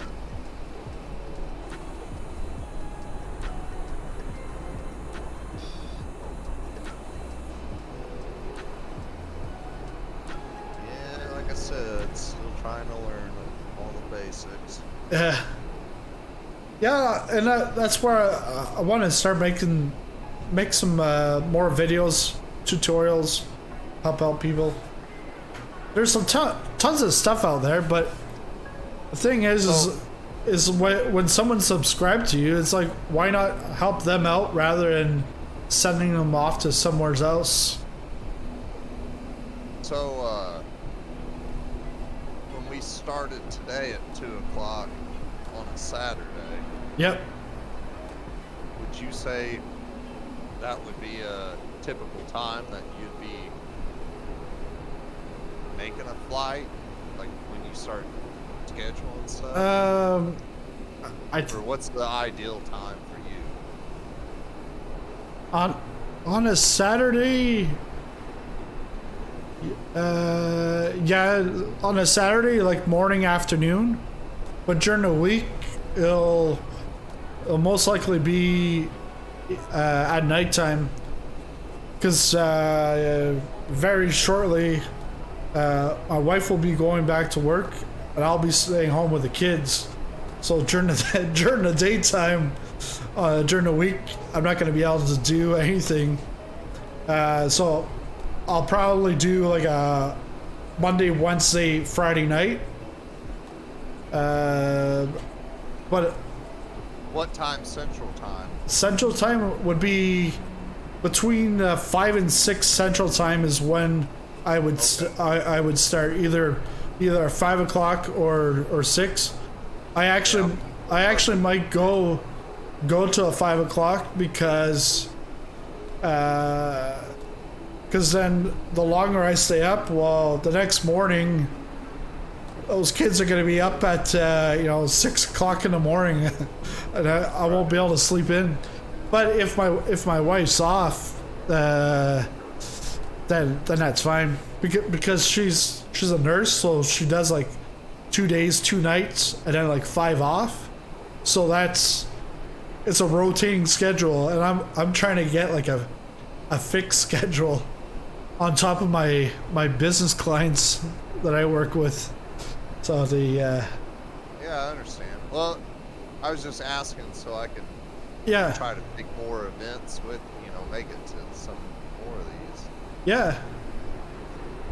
Yeah, because when I get back from San Diego, so like October 2nd, which is a Saturday, is the next the next stream, because I'm not streaming next week because we're off camping and then off to San Diego.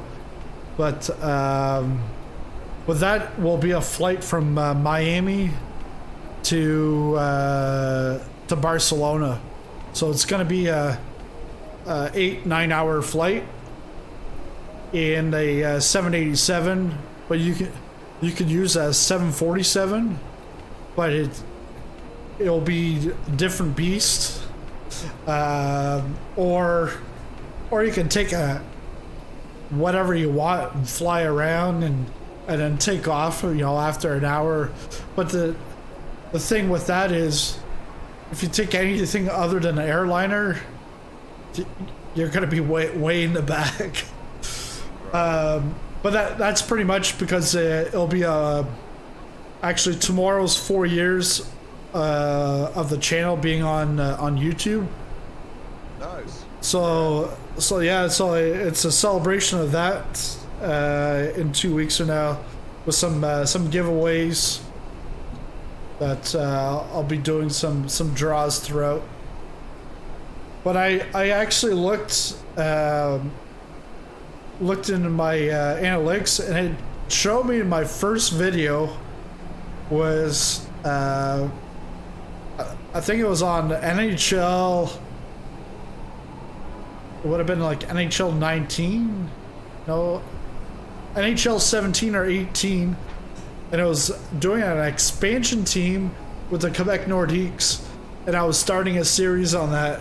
That was my first video on the Sizzling Popcorn channel, because it started off with just the stuff that I would play, because I'd play more so management games, simulation, sports, and because I would play the big mainstream titles like NHL, whatever, or NBA. But then I started getting into the text-based sports management. So you're actually not, with a controller playing as one of the players. It's you're the coach, you're the manager, like a football manager or out of the park baseball. So then I was doing that for 3 years. Just shy of 3 years, when I heard about Flight Simulator, and I was like, I really want to get that game. I really want to get that. Looks like fantastic.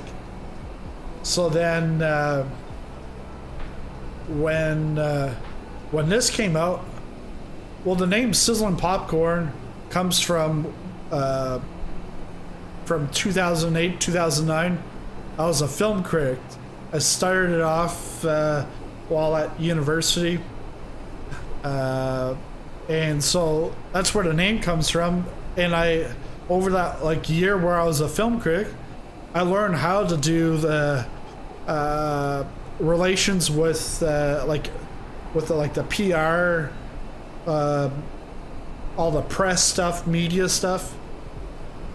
So what I learned from that, I was like, hey, I know exactly what I need to do in order to get a press copy of Flight Simulator. So then I got that, and so I got an advanced copy of it. But then I heard on one of their Q&As that Microsoft, they were backing this sim for the next 10 years. So I'm like, all right, I know 10 years out, we're still gonna have they're still gonna be pushing this sim. So then I'm like, now what I need to do is I need to work with the third-party developers to then be able to review their stuff in order to build this channel up. So I had 300 subscribers before Flight Simulator came out. The first week, I think I gained 150 subscribers, and then now I'm up to 1,200 subscribers, And you can start monetizing on YouTube, like ads and stuff like that, and super chats as of 1,000 subscribers. So when I was off, I was getting really close to the 1,000, but hadn't reached there, and I wasn't doing any community stuff, nothing. Like, I was just taking a break, because I did every Wednesday and Friday night for a good 6 months, putting a flight plan together, organizing stuff. And even if someone else would do the flight plan, like, I was at every event Wednesday, Friday night. So then I was like, I need a break. And plus, daughter was born, so I was like, okay. But then I could see that the subscribers was still slowly getting there, but I'm like, I've been doing it for 4 years. What, like, will I ever make it to 1,000? So then in July, I was like, hey, I'm gonna do one of my update videos, a marketplace update videos. I put that out, and then it just took off like wildfire, and getting the subscribers hit the 1,000. And I was like, all right, we're good. Like, let's get this rolling. And so what I've done now is I've gotten rid of all of the other videos, like racing and other stuff, to focus it on Microsoft Flight Simulator. So like, I didn't delete the videos, I've unlisted them, and for now just focusing on Flight Simulator. But I'm still on a racing team, so planning on doing some racing next month, but it'll all depend on my schedule now.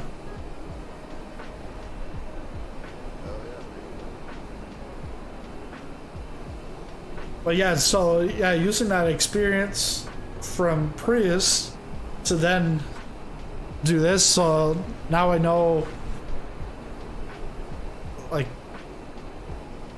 I've got like a game plan ahead of me now, and I know that Microsoft Flight Simulator is not going away, so you can build a business around it, kind of deal, like as like a media outlet to help people out, and reviews, stuff like that, community events.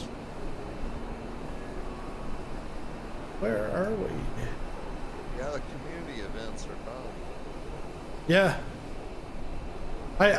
I know, like, today it's it's just you and me, and Lars is in the chat, but it's like, you know, I see you back there. I see you back there. Still do. yeah, so it's like, yeah, some days there's a bunch of people, and other days, but I don't have this advertised anywheres other than YouTube channel and in the Discord. Yeah, I found you over that community calendar thing that one time. Yeah. But I think I joined the Discord, and then I've never made one to be able to get in with you. It's all about time, and then the big thing to me is everybody puts it, like I was saying earlier, like the UTC or whatever. yeah, they'll use like, UTC or Zulu. Yeah, I tried to get in, like last weekend I tried to get into a community event, and I was like, yeah, I'm stoked, let's go, you know, I'm ready. And they're like, oh no, that happened earlier this morning. Yeah, like, yeah. You had it posted Eastern time at something, and it was like, so I knew what time I should have been on there, and they're like, oh no, like I read it wrong, and I was like, well. Yeah, that's... Was it like Australian? Because like Australia, New Zealand, they'll post some stuff up, but then it's like 12, 13 hours ahead. Yeah, see, the guys that I've flown with a couple of times, they're all in like France or something. Okay. Yeah, it's like super late, and I don't know. It just confused me, I guess. But they had like 2 different times that they had posted, and I was like, well, I know I'm not wrong. I'm looking at it this way, you know. And Yeah. I don't know. They had already flown it. It's like whatever. So I got up this morning and seen yours, and you had it Eastern time. This time I had to re-download everything. I was like, oh, I can make that one. Yeah. Because I work Monday through Friday, but I like to sleep in a little bit on the weekends. Yeah. So I get on about 10 to 11 in the morning. And Okay. And then it started at 2, so it's like, oh yeah, I can make sure I get everything set up for this. Yeah, because originally I was gonna have it start at I think 11 your time, but then with updating stuff, I was like, I gotta push this back. Yeah, I seen that. Yeah, Started a lot earlier. Lars is it's 11:20 in Sweden. Lars is in Sweden. Wow. But when Lars started following me, when he subscribed last year,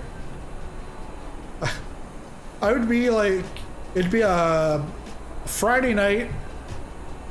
You know, it would be like 2-3 o'clock in the morning his time, and he was like watching, and in the chat, I was like, "You ever sleep?"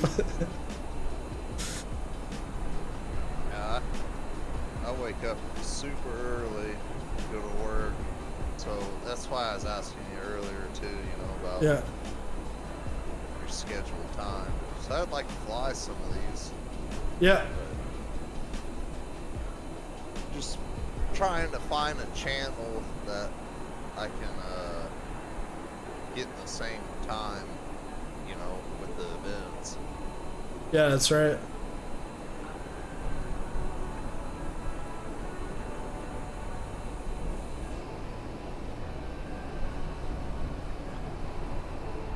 You must be hand flying it? Oh yeah. Yeah, yeah. Cause like over the last year, like doing the bush flying, people would be like, "Oh, I'm on autopilot." I'm like, You just see my wings going all crazy, yeah. but I'm like, no, I can tell. I can't see you. Like I can see your name tag, but I can see your altitude is like moving all the time. So that's why I'm like, you must be hand flying it. Oh yeah. Sitting here. Yeah. Sitting here drinking. Hanging out. Yeah.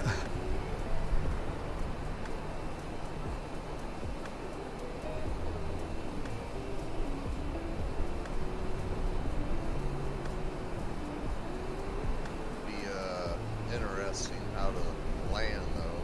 I don't know what this airport looks like when we get to it. Make big wraps around it. See how to come down with it. The thing is I can't tell you either what it looks like. I've been to this airport, but to the DLC, not the default. So I can't, like, I can tell you which runway, but I like what it looks like in the default. I don't know.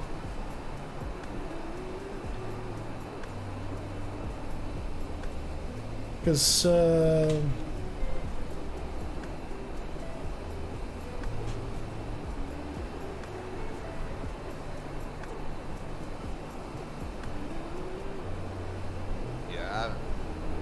I'm sitting here, I don't fly at all.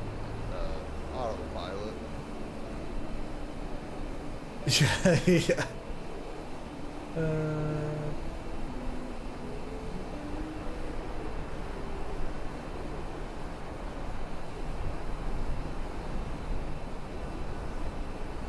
18, 21. Yeah, we should be arriving in the next like 20, 30 minutes. I know you're ahead of me, but because on the stream under just above ETA it says that in Zulu time, which is GMT. So I was just like mentally calculating what time is it currently, but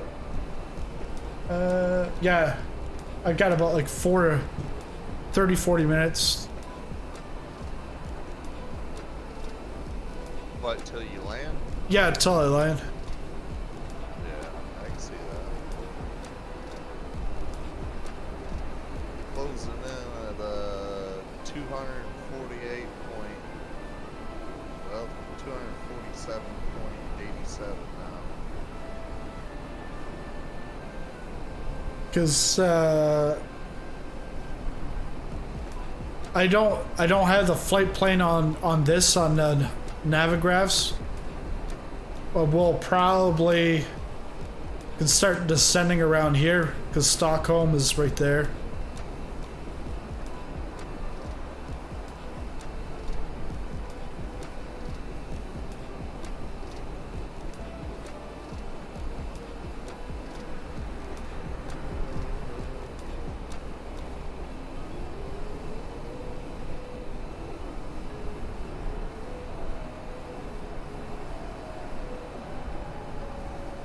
So there's going to be runway 12 and runway 30. You're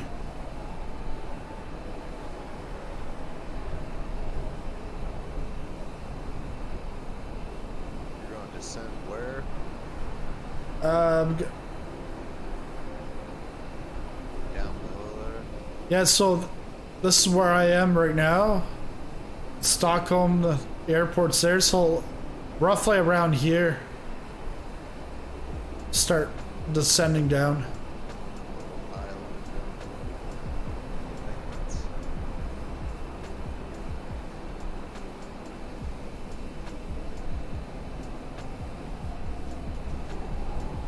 I'll try my best. Yeah.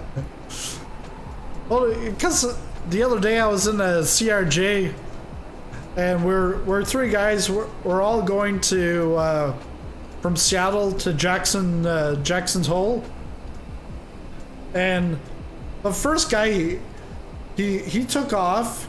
He had no issues, and he gets there. Well, then Joe and I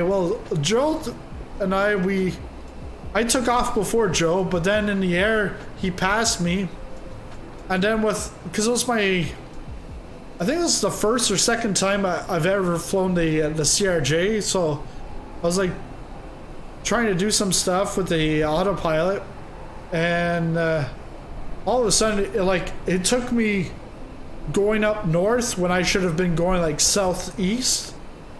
So it's now dark. And Joe says, you should put the turn the sunlight to give yourself a chance. I'm like, no, I'm doing this. I'm going die hard here.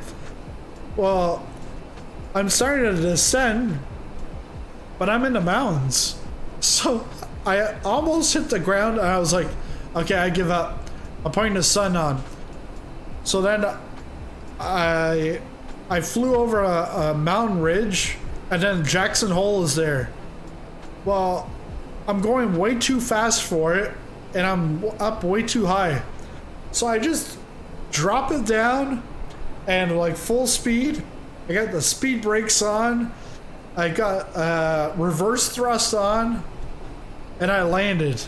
I landed fine, but it was like I just chucked it down there.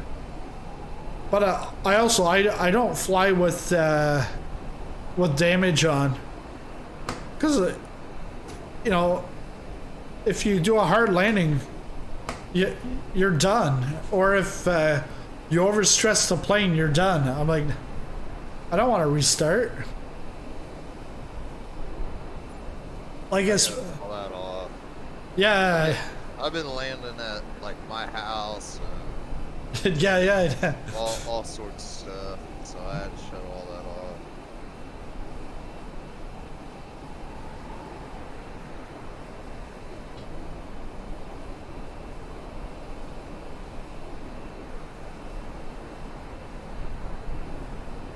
I think I got enough time maybe go back into autopilot for a second. Be right Yeah. back. Yeah, I don't think Stockholm's going away. And I think you're far enough from it.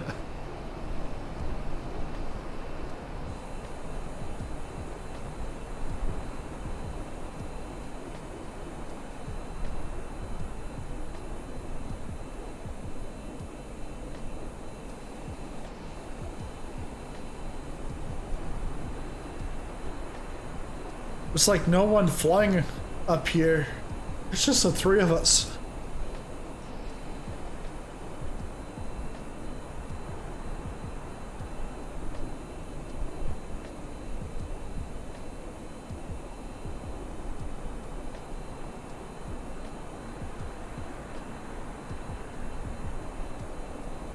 I should take a look.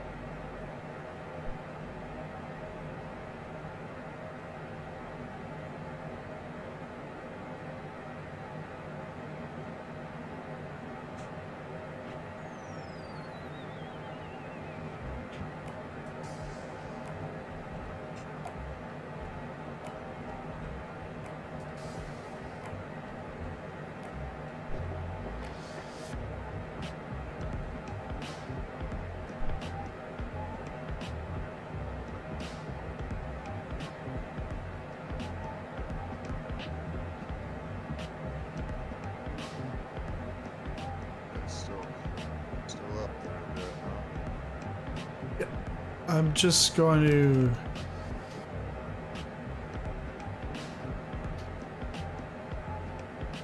Just typing in my flight plan into Navigraph so I can see.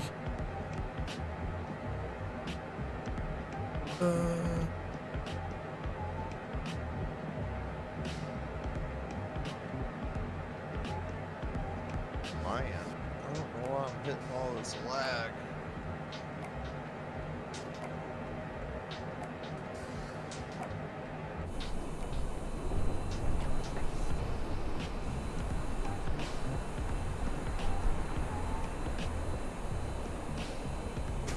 What's that, airstrip straight? Direction we're going? You know? So the... Oh, the...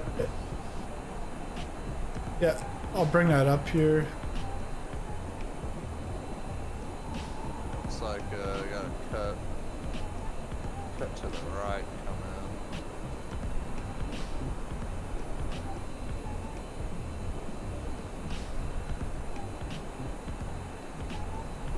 Yeah, so runway 12 and runway 30. You wrap out to the right and then come in to the left, right?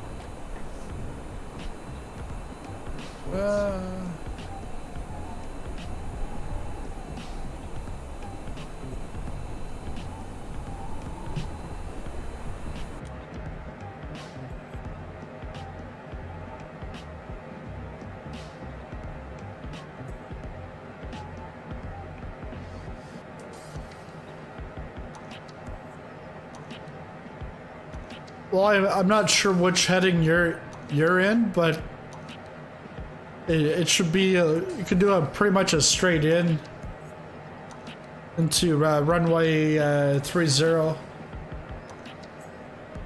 Straight onto it, huh? Yeah. Let's see. My VFR map is showing that it turns to the left. Straight shot and then turns to the left, so that's why I was curious. Okay. What's that? Runway.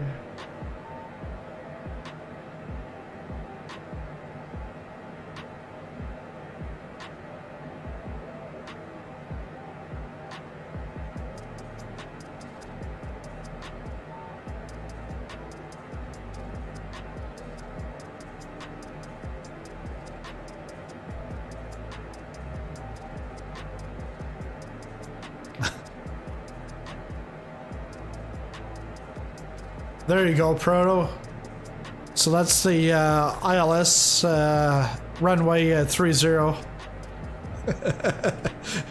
You're like, what? So actually, because it's runway 30, you're gonna go heading 299 will be the exact heading into the onset runway.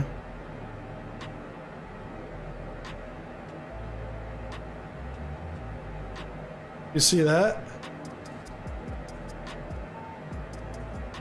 Yeah, I'm seeing what you got posted there, but I'm not understanding. Yeah. So the so when we get closer into Stockholm, you'll want to go to your heading should then be at 299. Like right now, I'm at 007.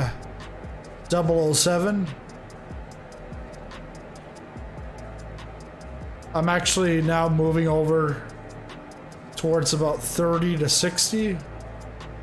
But then I'll have to go left once we get to the runway.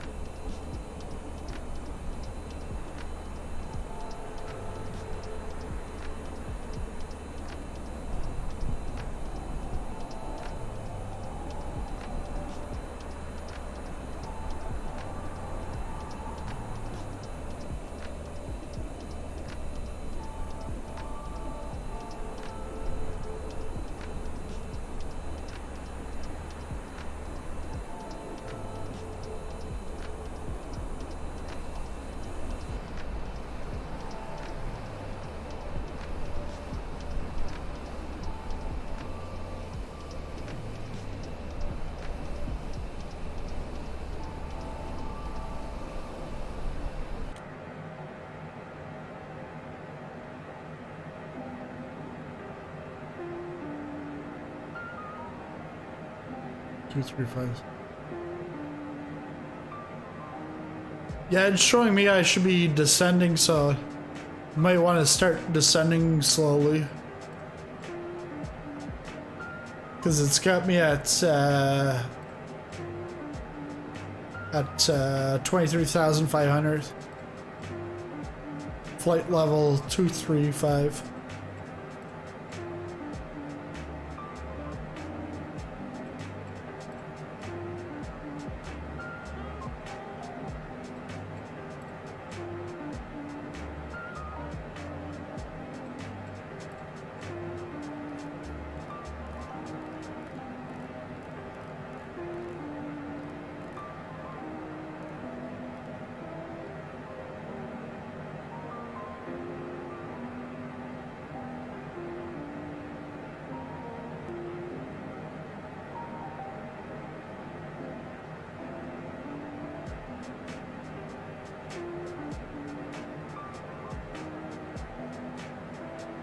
Yeah, I can't believe I haven't caught up to you. Like, I'm going like at 450 knots ground speed.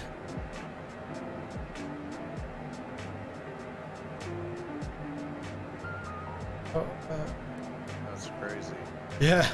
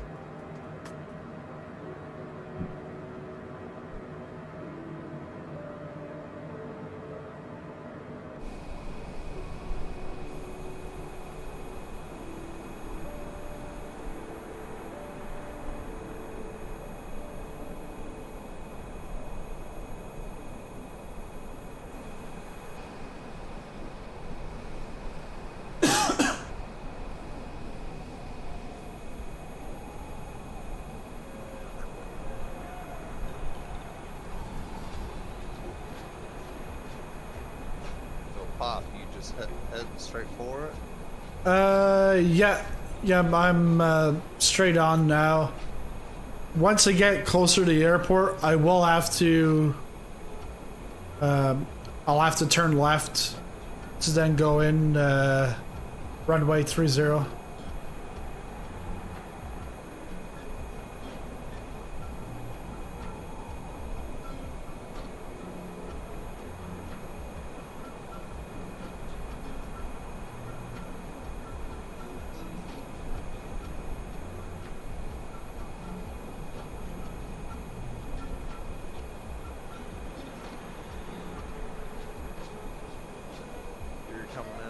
Side, huh?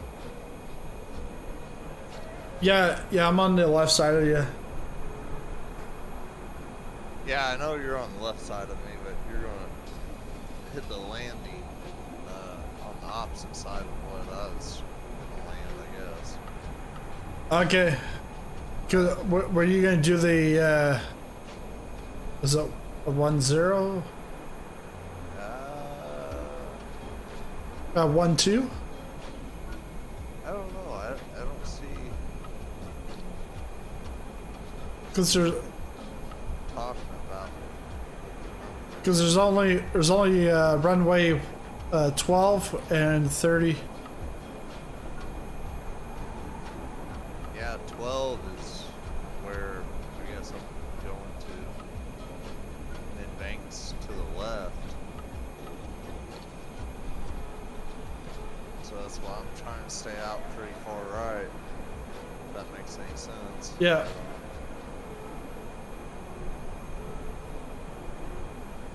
I don't know, dude. I'll probably crash. I know. Was it the? We'll find out when I get there. Yeah. You do like a 9-10 hour flight. You get to do your landing and you crash it. Well, it is what it is. I'll figure it out.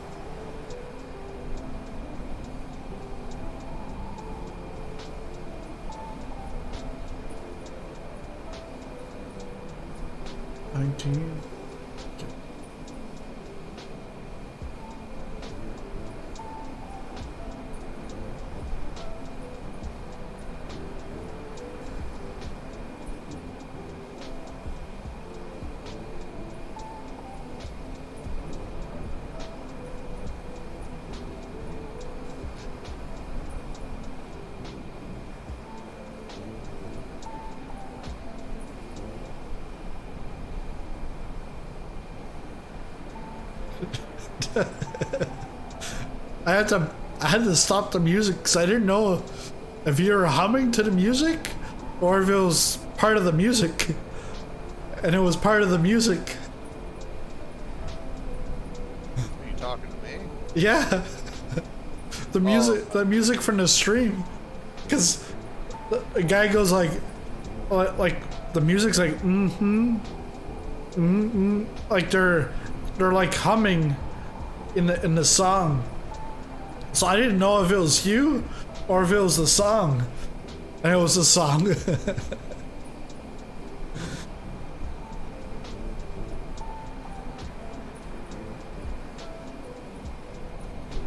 TRS. Just fucking breathing in the line. I was just picking them up.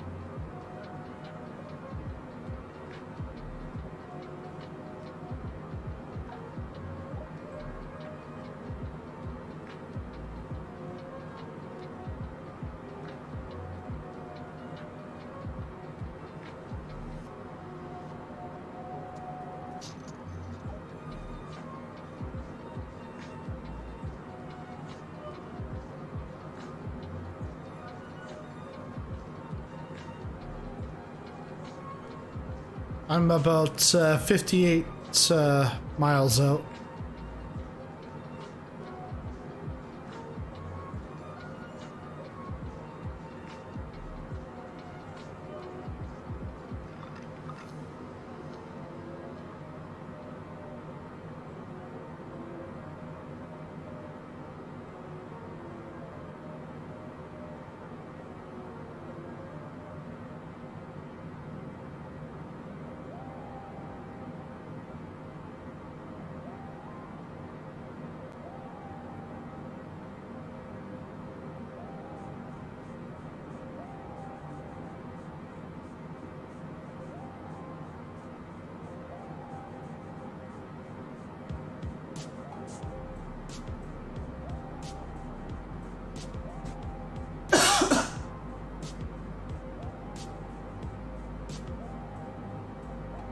Ducks now.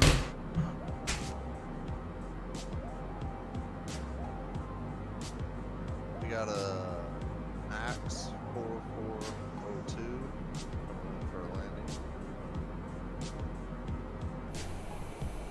Or flyby from the other. I don't see him. He's right in front of me, below me. Looks like he's just flying.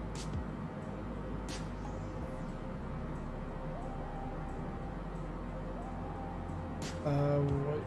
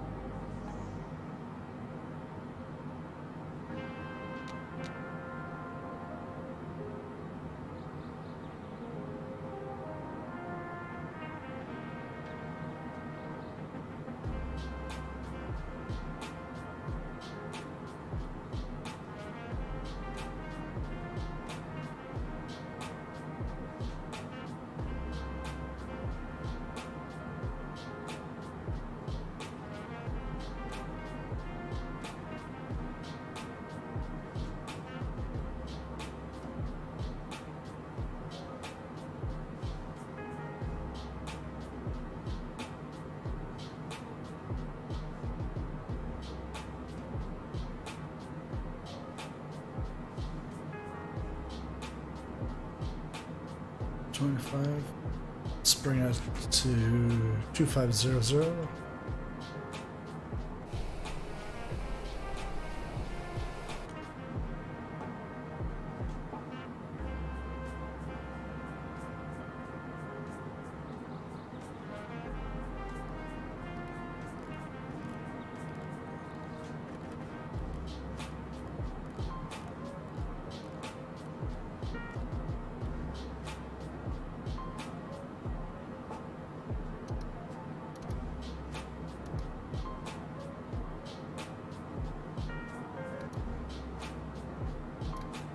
So you know where the runway's at.